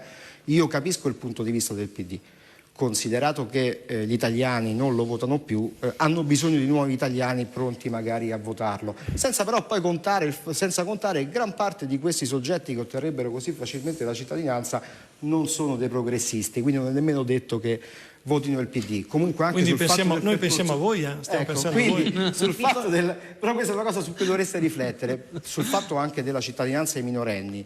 Cioè, i minorenni in Italia, i minorenni stranieri, possono ottenere la cittadinanza nel momento in cui la ottengono i genitori, perché giustamente il destino di un minorenne deve essere legato alla famiglia. Quindi nel momento in cui i genitori sono immigrati regolari, che lavorano da 10 anni e risiedono nel paese, allora ottengono la cittadinanza, a quel punto lo ottiene anche il minore. Quindi far ottenere la cittadinanza a un minore perché ha fatto 3 anni di percorso scolastico non ha veramente senso. Anche Quindi noi ci schieriamo anche perché, contro questo tipo di approccio ideologico anche perché poi alla concessione della cittadinanza. Nella maggior parte dei paesi europei non c'è la doppia cittadinanza, quindi ci sarebbe il paradosso che se i genitori, bisogna spiegarle queste cose, certo. Se i genitori tornano a casa nel paese di origine, i figli diventano di un'altra nazione, quindi rimarrebbero italiani, invece magari, non so, tornano in Albania i genitori, ci sarebbe anche questo paradosso. Quindi il nostro giuridico. sistema già va bene così com'è, non c'è bisogno di questo approccio ideologico. Sulle concessioni dobbiamo dire che il numero elevato è falsato anche da tanti riconoscimenti fatti agli italiani, figli di italiani in Argentina, in Brasile, eccetera, eccetera. Quindi ecco, adesso non stiamo a... La percentuale il fatto che siamo secondi anche per merito di questi riconoscimenti. Ci sono anche questi. Ma la percentuale minima però. Una percentuale minima? Prova ad andare a guardare quanti sono i numeri. Parliamo di un quinto di tutte le cittadinanze concesse dall'Unione Europea. Dall'Unione Europea, benissimo. Allora, se un adesso quinto vogliamo dire che sono tutti argentini, vale 100, vuol dire che ci saranno 30, 20, 40 che sono riferibili a quelle che ritenevo sono io. sempre più rispetto alla media europea. Per carità. Però se c'è qualche telefonata da casa, avvisami. Sì, però io volevo inserire un elemento di discussione. Un attimo che chiedo, ecco Eros, siccome non vedo il pannello, se c'è qualche telefonata avvisami pure.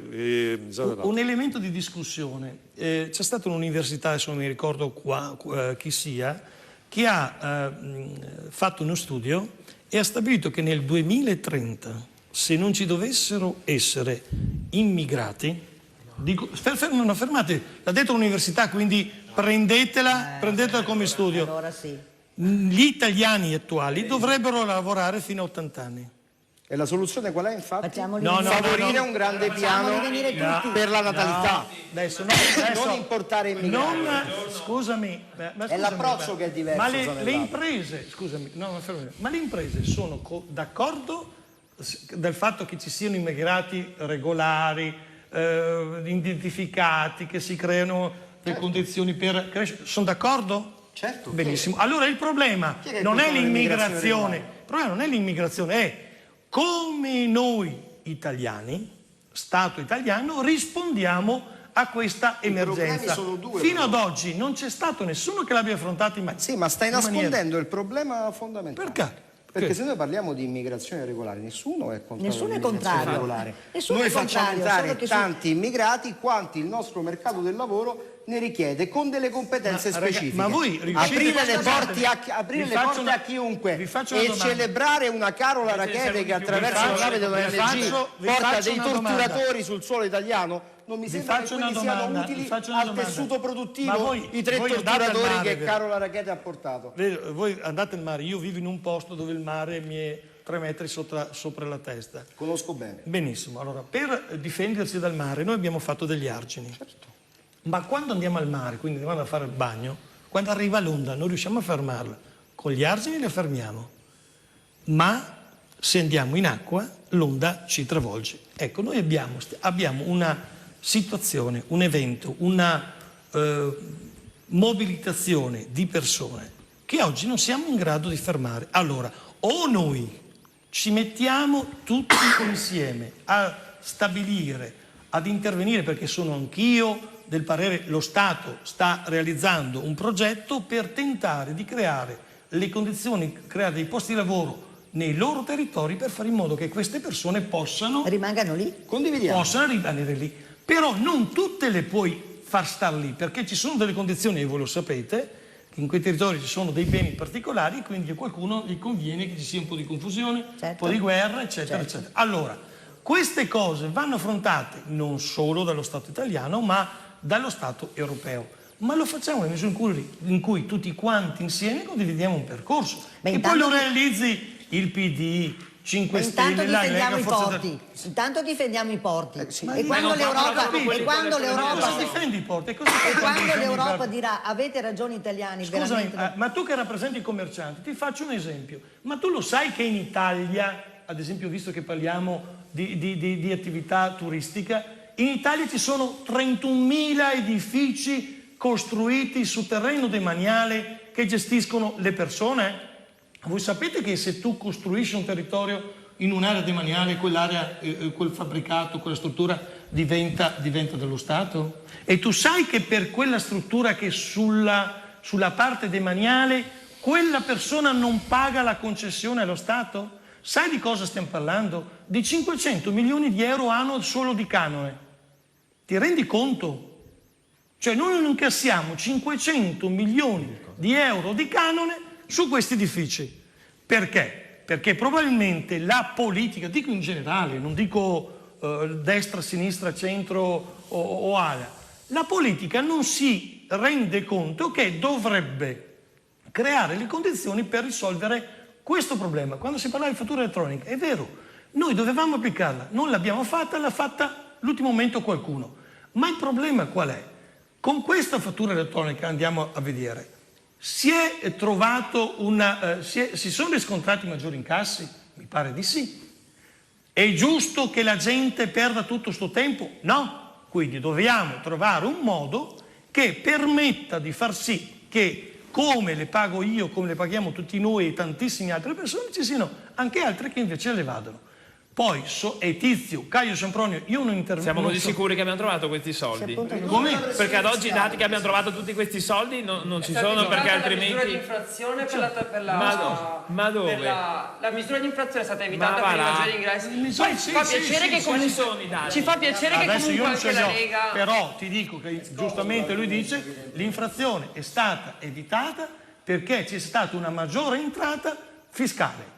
Da cos'è dovuta? Perché qualcuno si è inventato, guardate che io le ho sempre pagate, voi le avete sempre pagate. Zannellato, lei da esperto della politica ha deviato, stiamo parlando di... Esatto, appunto, è andato fuori tema, Zannellato, scusami, no, sei andato esattamente c'è poco da fare, tema. lei Zannellato è un maestro da questo punto di vista, però... elude le domande e cerca... è bravo. Sì. No, che poi comunque la esperienza di l'ha anni votata anche la Lega, quindi ci fa piacere che abbia considerato quel provvedimento del governo del PD. Stavamo parlando degli extracomunitari, torniamo sul tema. La fatturazione elettronica l'ha votata anche la Lega, comunque vorrei ricordare. Poi parliamo di beni demaniali, Zannellato, però Perizzari, alla fine c'è un problema sostanziale. Adesso sintetizzando, magari eludendo i termini tecnici, io faccio la domanda e mi faccio anche la risposta, no? Cioè alla fine però c'è un problema sostanziale, siamo invasi vediamo Padova per esempio, è ogni giorno invasa dalla stazione delle zone dello spaccio, dove ci sono risse continue, eccetera, eccetera. Quindi sicuramente ci sono delle situazioni in cui lo Stato non riesce più a controllare. Io penso che la colpa sia di Alfano a suo tempo, che ha aperto mari e monti, eccetera. E Barroso che aveva promesso dove è andato Barroso a finire. che ha fatto demagogia. Barroso che ha fatto promesse e poi è andato via. Però c'è un problema, mentre in Germania si guardano bene da far entrare chiunque e farne entrare solo difende i propri manodopera specializzata, ingegneri, gente che ha studiato, invece noi sembra che abbiamo aperto... ingegneri, tutti quelli che sono andati via, non da... In Siria, c'è il Libano, c'è esatto, siriani. tutti, maggior parte gente che ha studiato, che ha... Non possiamo dimenticare che purtroppo ai noi, lo vediamo sotto gli occhi di tutti, domani ci sarà anche una grande manifestazione, cioè non arrivano solo coloro che scappano dalla guerra, non è vero ragazzi che scappano dalla guerra, l'80% è stato stabilito, ma non da me e neanche da Zannellato, è stato stabilito da apposite commissioni che solo l'80%, che solo il 10-20% scappa da situazioni disastrose, gli altri vengono qua perché il paese del Bengodi, quando arrivano non c'è posto per tutti e siamo nelle mani, non dico tutti, ma la malavita. Guardate cosa sta succedendo, purtroppo, e non sono italiani, sono tutti di colore. Ecco, allora è diventata la sicurezza nelle nostre città è diventata latente, non c'è più la sicurezza, ditemi sarà colpa prima non c'era, cioè tutta questa gente che viene, ma non dico che siano tutti dei cattivi. Ma come si fa a stabilire a prescindere se sono... Ma perché non devono venire? Santo Paradiso. Come si fa a impedire di farli venire? Controllo dei blocco navale su tutto il Mediterraneo. Controllo dei dargli la mandolina dei 30 euro al giorno. Scusami, il controllo dei porti, ragazzi, il controllo dei porti. La gente deve venire. Una volta per favore, una alla volta. Quello che accade nel paese, c'è un blocco navale su tutto il Mediterraneo, stiamo davvero parlando di una cosa. Continuiamo sempre a spostare il problema sul fatto che abbiamo bisogno degli immigrati perché altrimenti nel 2030 abbiamo bisogno degli immigrati perché le aziende non hanno...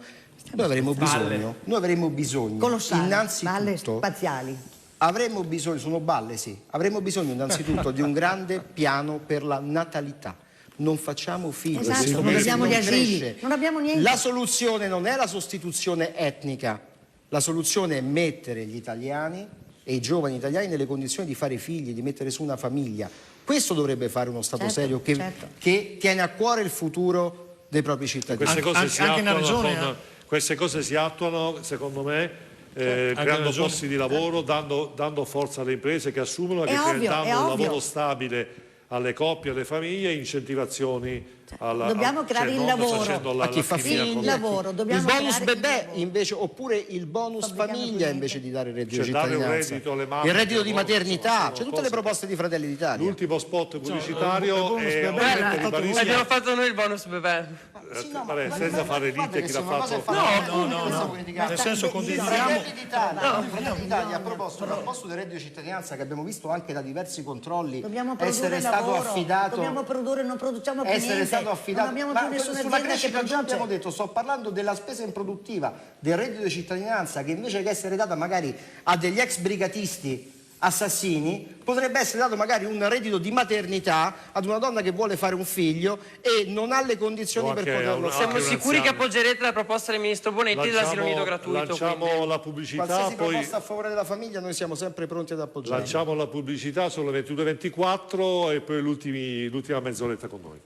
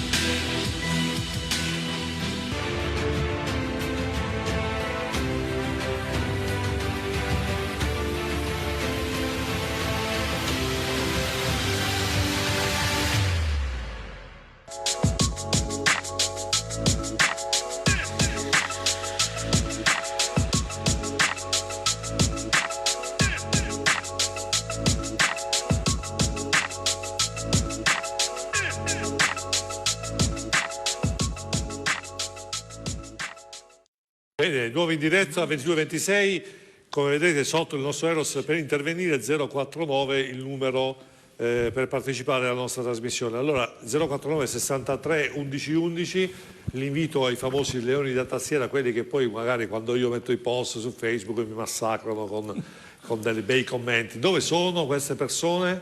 Che stanno facendo adesso oltre che fare zapping? Ecco, vediamo se avete il coraggio di dire la vostra, l'occasione di un confronto. Evidentemente, quindi sicuramente la possibilità di sentire in diretta l'opinione vera senza i filtri o le incomprensioni dei social. Ecco, torniamo sull'argomento forte e molto interessante.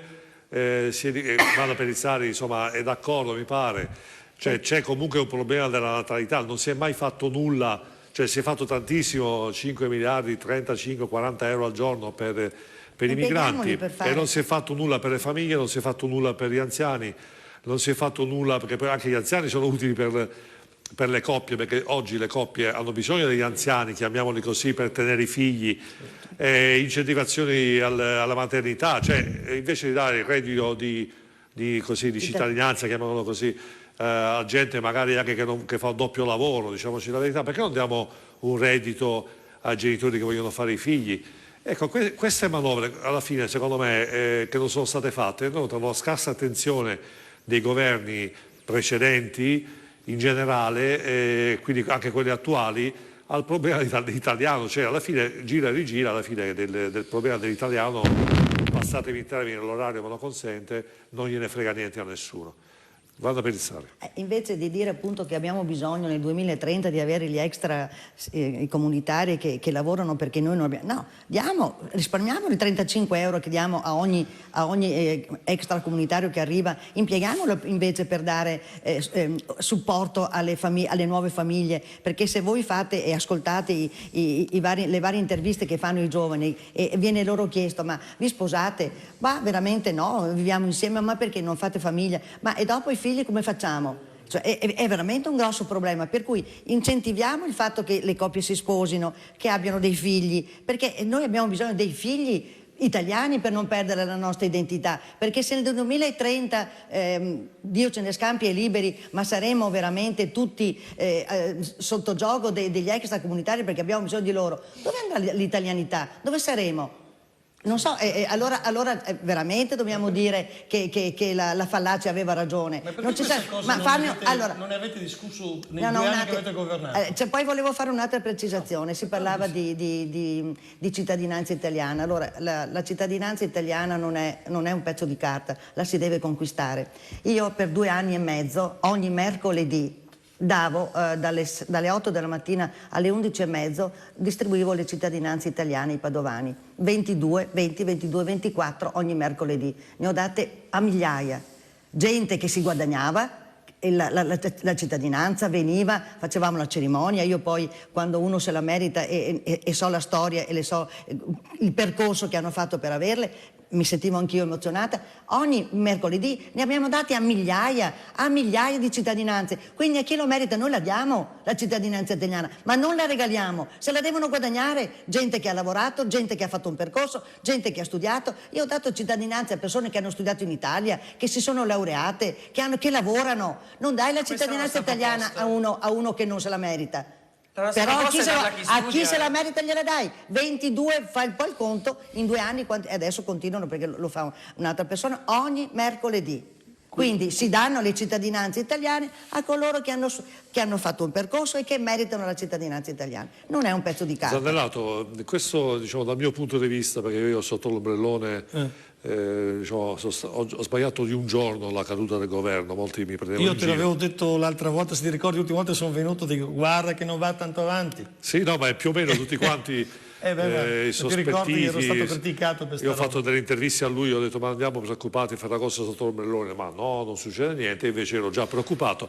Però effettivamente io non, dal mio punto di vista ho visto molta propaganda, uso questo termine che può essere anche frainteso, però c'è molta faremo, diremo, però io credo che alla fine una cosa dovrebbe fare, se noi adesso in blocco andiamo al bar, intervistiamo il primo signore anziano che è lì da anni, la prima cosa che dirà: signori, ma perché non riducete gli sprechi piuttosto che aumentare le tasse?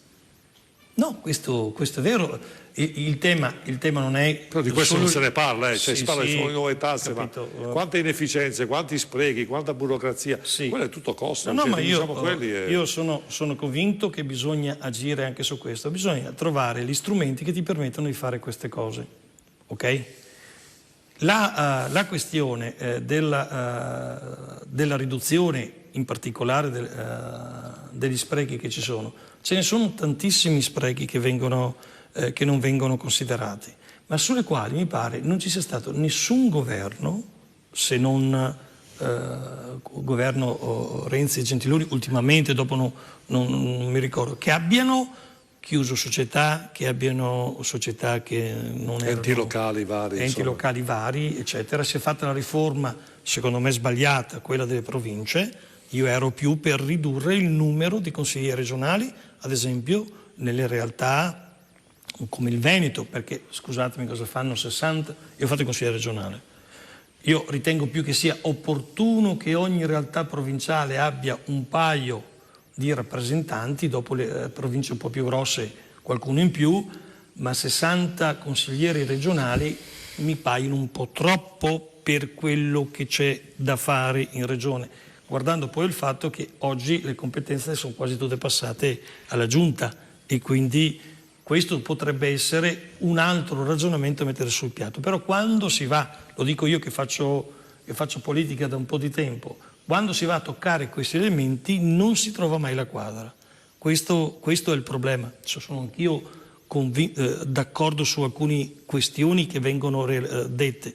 La proposta sulla famiglia è solo la volontà di mettere insieme le varie proposte, le varie sensibilità e trovare un percorso comune. Questo, oggi vedevo così una cosa di Fanfani tanti anni fa, quando partì con la proposta per fare le case popolari, sembrava una cosa oscena, tutti l'hanno criticata, poi alla fine invece si è visto che quel metodo e anche quella parte di contribuzione che davano i cittadini è servita per mettere insieme un meccanismo che ha fatto crescere. Quindi le varie proposte, si vuole intervenire sulla famiglia, e ritengo anch'io che dobbiamo creare le condizioni finché non solo economiche, anche culturali, perché tante volte ci nascondiamo dietro il fatto dell'economia. Oggi i nostri figli, io ne ho 2, e una di queste ha messo il mondo dei figli giovani, ma i ragazzi al giorno d'oggi hanno un po' difficoltà, poi difficoltà economiche. Anch'io quando sono andato fuori di casa lavoravo un mese io e un mese mia moglie.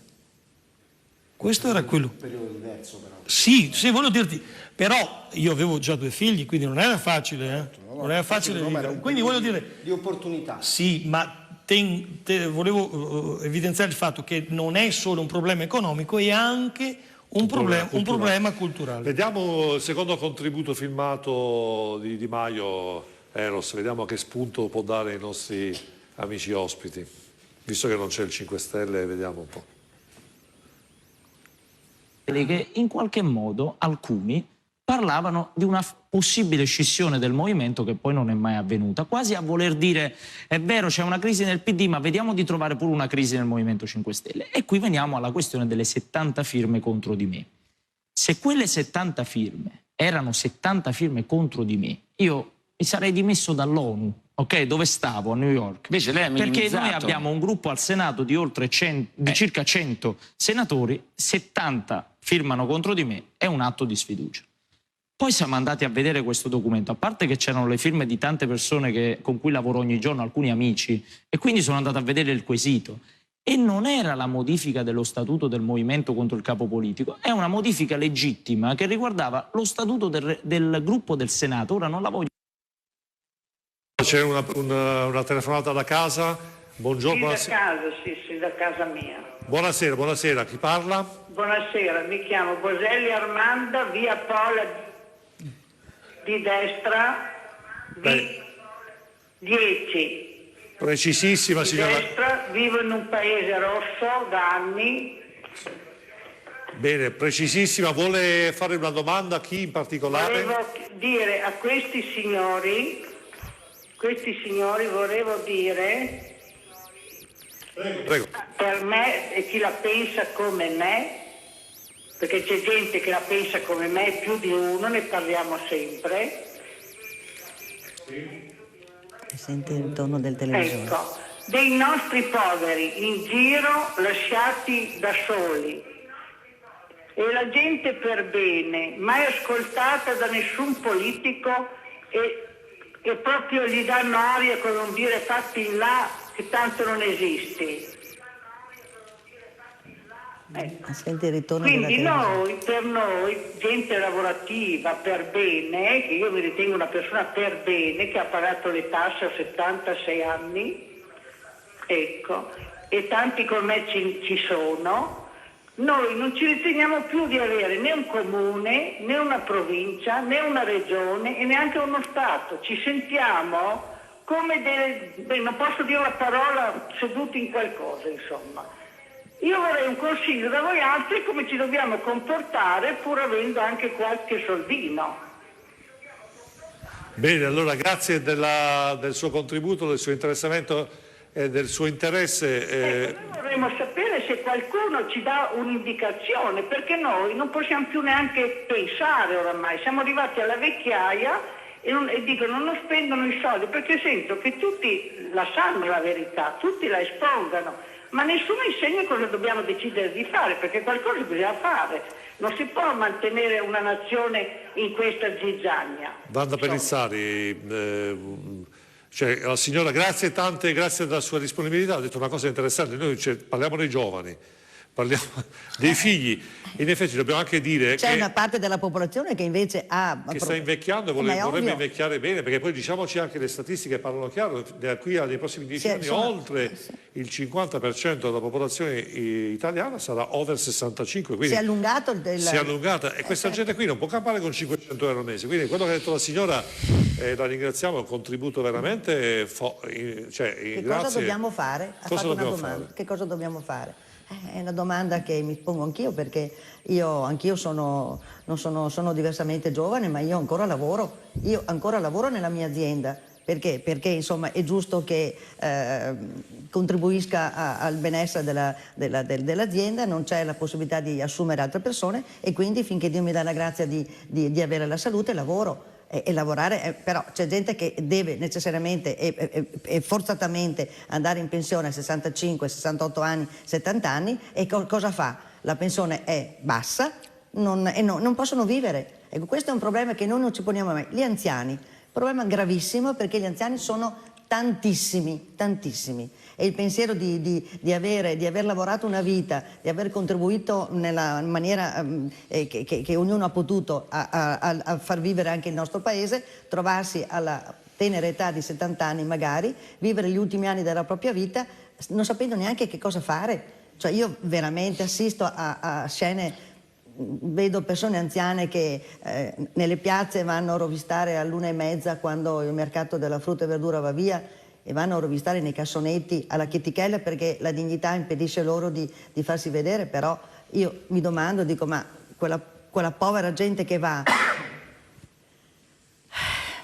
dov'è lo Stato che li... Lo so, perché in effetti, per iniziare, anch'io ho messo un post recentemente di una signora che prendeva dal mercato, sono stato anche criticato per questo atteggiamento, però io ho voluto denunciare qualche settimana fa questo status, perché comunque una politica che si dimentica del cittadino sia dei piani alti sia nei piani bassi, al secondo, c'è poca pensa a fare attenzione. demagogia, è una politica che è perdente, perché comunque io penso che la politica a tutti i livelli, sia PD, sia Lega, sia 5 Stelle, e questo l'ho detto tutta la stagione anche scorsa, l'esigenza, quando c'era un altro governo, cioè il governo 5 Stelle con la Lega, più attenzione al cittadino. Dov'è la politica? Cioè, come mai non si disinteressa delle esigenze quotidiane? No, andiamo a fare demagogia con i migranti, ma non ce l'abbiamo con i migranti. Però lo Stato assente sulla vita reale, sul primo al piano terra, pensa che... Ma il nostro slogan era prima gli italiani. Prima gli italiani, a qualunque categoria appartengono, prima gli italiani, perché gli italiani sono prima di tutti i nostri fratelli, e allora prima sto attenta a mio fratello, se permetti, poi se me ne avanza, ma prima gli italiani, perché gli italiani comunque con il loro lavoro hanno contribuito al benessere della nazione, e hanno lavorato e hanno adesso questa pensione. Come puoi pensare che 500-600 euro una persona possa vivere, e la pensione che gli spetta dopo aver lavorato? Cioè è una cosa impensabile. Alziamole tutte? Prima gli italiani, e dagli tu i soldi, come faccio io. Ecco, comunque, invece che dare 35 euro agli extracomunitari, non li diamo 35 euro. Non diamo 35 euro. Pagavi le cooperative 35. Tant'è adesso, perché quando Salvini ha abbassato la... Non puoi parlare di fratelli, non puoi parlare di fratelli, scusami un attimo, un atteggiamento cattolico, e dopo dire... No, io ho detto per tutti. Per i cattolici il fratello è quello che hai di fronte, bianco, scusa un rosso attimo, e verde. ma prima di dire un fratello che ha fame, darò a quello che ha veramente fame? Quindi non posso dire quello che scappa dalla guerra, che arriva con la catenina, col cellulare. I nostri anziani non hanno né catenina e né cellulare. Io qualche volta, se arrivano col barcone e sono pronti lì col cellulare, a chi è che telefonano? Ho capito, ma e allora perché dici? Ma allora, perché, scusami, mio fratello che ha fame, ma perché la Lega ha governato fino a poco tempo fa, non ha cominciato a dire benissimo, invece di 60 consiglieri in Regione Veneto, dico il Veneto perché è quello più il Veneto. No, lascia stare, ma lascia stare. Tutta Italia, sto facendo un ragionamento. Quant'è il costo allora del Consiglio regionale Veneto rispetto a quello di un'altra regione? No, ma lascia stare, ho fatto il Veneto perché è il mio, ma questo deve essere di tutti. Ma allora non è un dato concreto, parliamo di cose non concrete. No, ti sto dicendo Invece che ci sono in Veneto 60, altra parte 40, 20, 100, non so quanti siano, perché non cominciamo a ridurre i consigli regionali? È quello il problema? No! E quella parte di soldi mettiamoli dove dice lei, Ma scusa a dare un la attimo. pensione. Perché non cominciamo a dire, invece di fare tutte ste lotte, che la pensione in Italia, come succede in Svizzera, non può superare un certo limite, che tu sia parlamentare per 500 anni o che faccia l'imprenditore e abbia la più grossa impresa, il più grosso Cioè, guadagno Zanellato, che esiste. però, scusi, lo interrompo, però... Ma sempre da fuori testa. Zanellato, lei sta prendendo una deriva verso 5 Stelle che mi preoccupa. No, parla di non è deriva 5 Stelle. No, la vedo un po'. La categoria Non vorrei che cambiasse partito, siccome qua si usa No, io non cambio Va con partito. lo zoppo impara Io sono sempre stato democristiano e sono ancora democristiano. Ok? Va bene. Ecco, allora dobbiamo chiudere. Prego, per iniziare. La categoria... No, perché veramente No, la perché gli categoria argomenti che si è arricchita di più, sai qual è? Quella della cooperativa. Allora, c'erano cooperative che, adesso ti dico una cifra X, che fatturavano 100, magari facevano le pulizie, nulla da dire, 100 euro al mese, improvvisamente con gli extracomunitari milioni, hanno cominciato a fatturare milioni. Secondo e allora, dobbiamo chiudere, Zanellato, dobbiamo chiudere, poi veramente la inviteremo ancora perché... Però ecco, mi preoccupa faccio una riflessione, questa deriva verso 5 Stelle. No. Perché questi argomenti sono quelli del 5 Stelle. Riduciamo, tagliamo, equipariamo, livelliamo. Esatto, quante promesse. Mamma mia, viviamo di promesse ormai. Però magari mi verrebbe da dire istintivamente se tutti quei soldi, non i 35, non necessari fossero andati ai pensionati, alle famiglie, ai disabili. Appunto. Però purtroppo dico ai nostri telespettatori a casa e ai nostri ospiti qua, quelle argomentazioni lì non fanno consenso. Esatto. Consenso elettorale, consenso Facebook, consenso in comunicazione. E quegli argomenti non frega a nessuno e quindi nessuno se ne parla. Però quanti disabili, io ho intervistato dei disabili circa qualche mese fa, 250 euro al mese, una persona che li valida all'80%. Allora ditemi, lo Stato dov'è? Bene, su questa riflessione poi magari approfondiremo anche domani. Voi sapete che domani saremo ancora qui in diretta dalle 21, ecco, abbiamo anticipato mezz'ora, con Loving Food e Insieme alle Persone. Io voglio ringraziare sentitamente i nostri ospiti, ringrazio Vincenzo Forte che è portavoce provinciale Vicenza di Fratelli d'Italia. Grazie, buonasera ai telespettatori. Marco De Rito, Partito Democratico. Grazie, buona serata a tutti. Angelo Zanellato, Partito Democratico. Grazie, buonasera. L'avvocato Marco Antoniol, Forza Italia, Dolo, Provincia di Venezia. Buonasera. La mitica, mi permetta, la Wanda Pellizzari, consigliere comunale Padova, capogruppo Lipsta Bitonci, sindaco della Lega. Grazie ancora e buonasera a tutti. E Grazie poi, per la pazienza. E poi alla fine, da ultimo ma non per ultimo, Riccardo Brunello, che è coordinatore della Lega delle sezioni del Comune di Venezia e consigliere di municipalità. Grazie mille. Ecco, i nostri ospiti, ringrazio anche il main sponsor, ovviamente Famiglia Rocco, che come sapete è specializzata nella creazione di ceste natalizie. È il momento di organizzarsi adesso perché Natale ormai è veramente prossimo e come ho detto prima il regalo è bello non solo per chi lo riceve ma anche per chi lo fa. Ecco, domani vi aspetto alle 21, ripeto, insieme alle persone, parlare di politica, ancora di governo, di manovre e speriamo che magari parlandone in questo senso si possa, chissà, ristabilire una sorta di coscienza. Per quanto mi riguarda, e la mia trasmissione in questo senso rimarrà coerente, il mio lavoro sarà quello di sensibilizzare l'opinione pubblica in generale su argomentazioni. Non ho nessuna intenzione di dire quello è giusto e quello non è giusto. Il governo io lo tengo sotto controllo e se continuo a raccontare favolette o a far pensare che tutto fila liscio, io sono il primo a mettere in evidenza le cose. A me non me le raccontate, mi dispiace, io le cose le dirò. Alla prossima, a domani.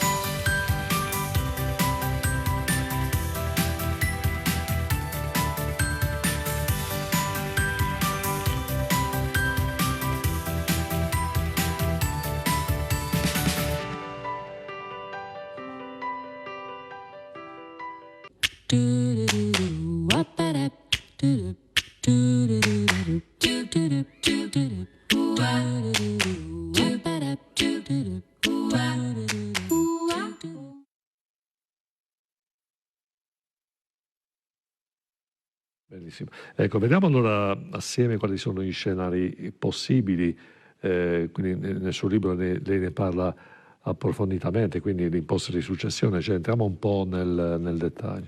Innanzitutto dobbiamo partire dal concetto di ricchezza. Come ricchezza mi riferisco alla totale ricchezza. Noi dopo la seconda guerra mondiale abbiamo assistito a un vero e proprio boom economico, quindi specie nel nostro territorio del nord-est si è creato un tessuto imprenditoriale di grandissimo livello che poi negli ultimi anni si è anche molto ripreso, no, dalla crisi. E diciamo che questi imprenditori che hanno affrontato il boom economico e che hanno creato diciamo oggi delle grandissime aziende importanti che magari operano e scambiano i loro valori con tutto il mondo, ma sono partiti dai garage di casa, hanno costruito quella che oggi è una grandissima attività partendo da un piccolissimo laboratorio artigiano, no? E quindi queste imprese che oggi hanno un grandissimo valore sommate a tutta la ricchezza diciamo, che si è costruita poi in maniera parallela, nei prossimi 20 anni o per volontà divina o per volontà terrena questo patrimonio verrà trasmesso alle generazioni che vengono dopo, quindi ai figli e ai nipoti. In questo contesto, diciamo, questa crescita a livello economico a questa crescita a livello economico non è seguita una crescita culturale, quindi c'è un gap molto elevato in termini di conoscenza sul fatto che sulle modalità o forse sugli strumenti per poter passare in maniera corretta questo patrimonio. Prima si faceva menzione delle liti per l'eredità, quindi dopo appunto le liti condominiali si litiga molto per l'eredità, ma soprattutto noi oggi abbiamo un patrimonio che potremmo riassumerlo grosso modo così: circa 4 miliardi e mezzo di euro di ricchezza finanziaria distribuita tra conti correnti, obbligazioni, azioni, strumenti assicurativi, eccetera, eccetera. Abbiamo 9 miliardi e 8, più o meno circa 10 miliardi di euro in attività immobiliari, quindi è un patrimonio inestimabile. Questo patrimonio che oggi rappresenta diciamo un grandissimo valore rispetto a tanti paesi a livello internazionale, oggi ha un peso fiscale, mi riferisco alle tasse di successione, molto più basso rispetto ad altri paesi. Facciamo l'esempio: oggi un patrimonio trasmesso in successione in Italia, abbiamo un'imposta di successione che va dal 4% all'8%, in ragione al grado di parentela che può avere un eventuale erede, con una franchigia poi molto alta per gli eredi legittimari, che sono quelli che hanno più diritto di altri, che sono i figli e i coniugi, che è di 1 milione di euro. Negli altri paesi si arriva anche fino al 60, fino all'80% di tassazione sul patrimonio che viene trasmesso. Quindi noi poi, tra le altre cose, non è che come Stato ce la passiamo molto bene dal punto di vista diciamo a livello, ripeto, di bilancio, e quindi rappresentando un patrimonio di questo genere, la parte fiscale potrebbe, ormai sono anni che se ne parla, la riforma sulle tasse di successione potrebbe essere la prossima, non si sa quando, ma diciamo che tutto converge verso questa direzione. Potrebbe essere un salasso se non se ne occupa prima, ovviamente. Sì, perché in effetti, come ha detto lei, lo Stato, diciamo, è un'intuizione che viene facilmente, lo Stato ha bisogno di risorse, quindi certo, sicuramente magari non vestirà, che ne so, come patrimoniale, però magari andrà a colpire con un'imposta di successione più alta. Lei pensi che noi siamo al mondo il popolo che ha più seconde case di tutti, quindi abbiamo un patrimonio immobiliare che è elevatissimo e quindi è una ricchezza, poi ripeto, come dicevo prima, finanziario molto molto elevata. Quindi un innalzamento dell'imposta di successione, magari o innalzamento dell'imposta di successione piuttosto che abbassando le franchigie, genererebbe per l'erario un gettito fiscale di notevolissima importanza.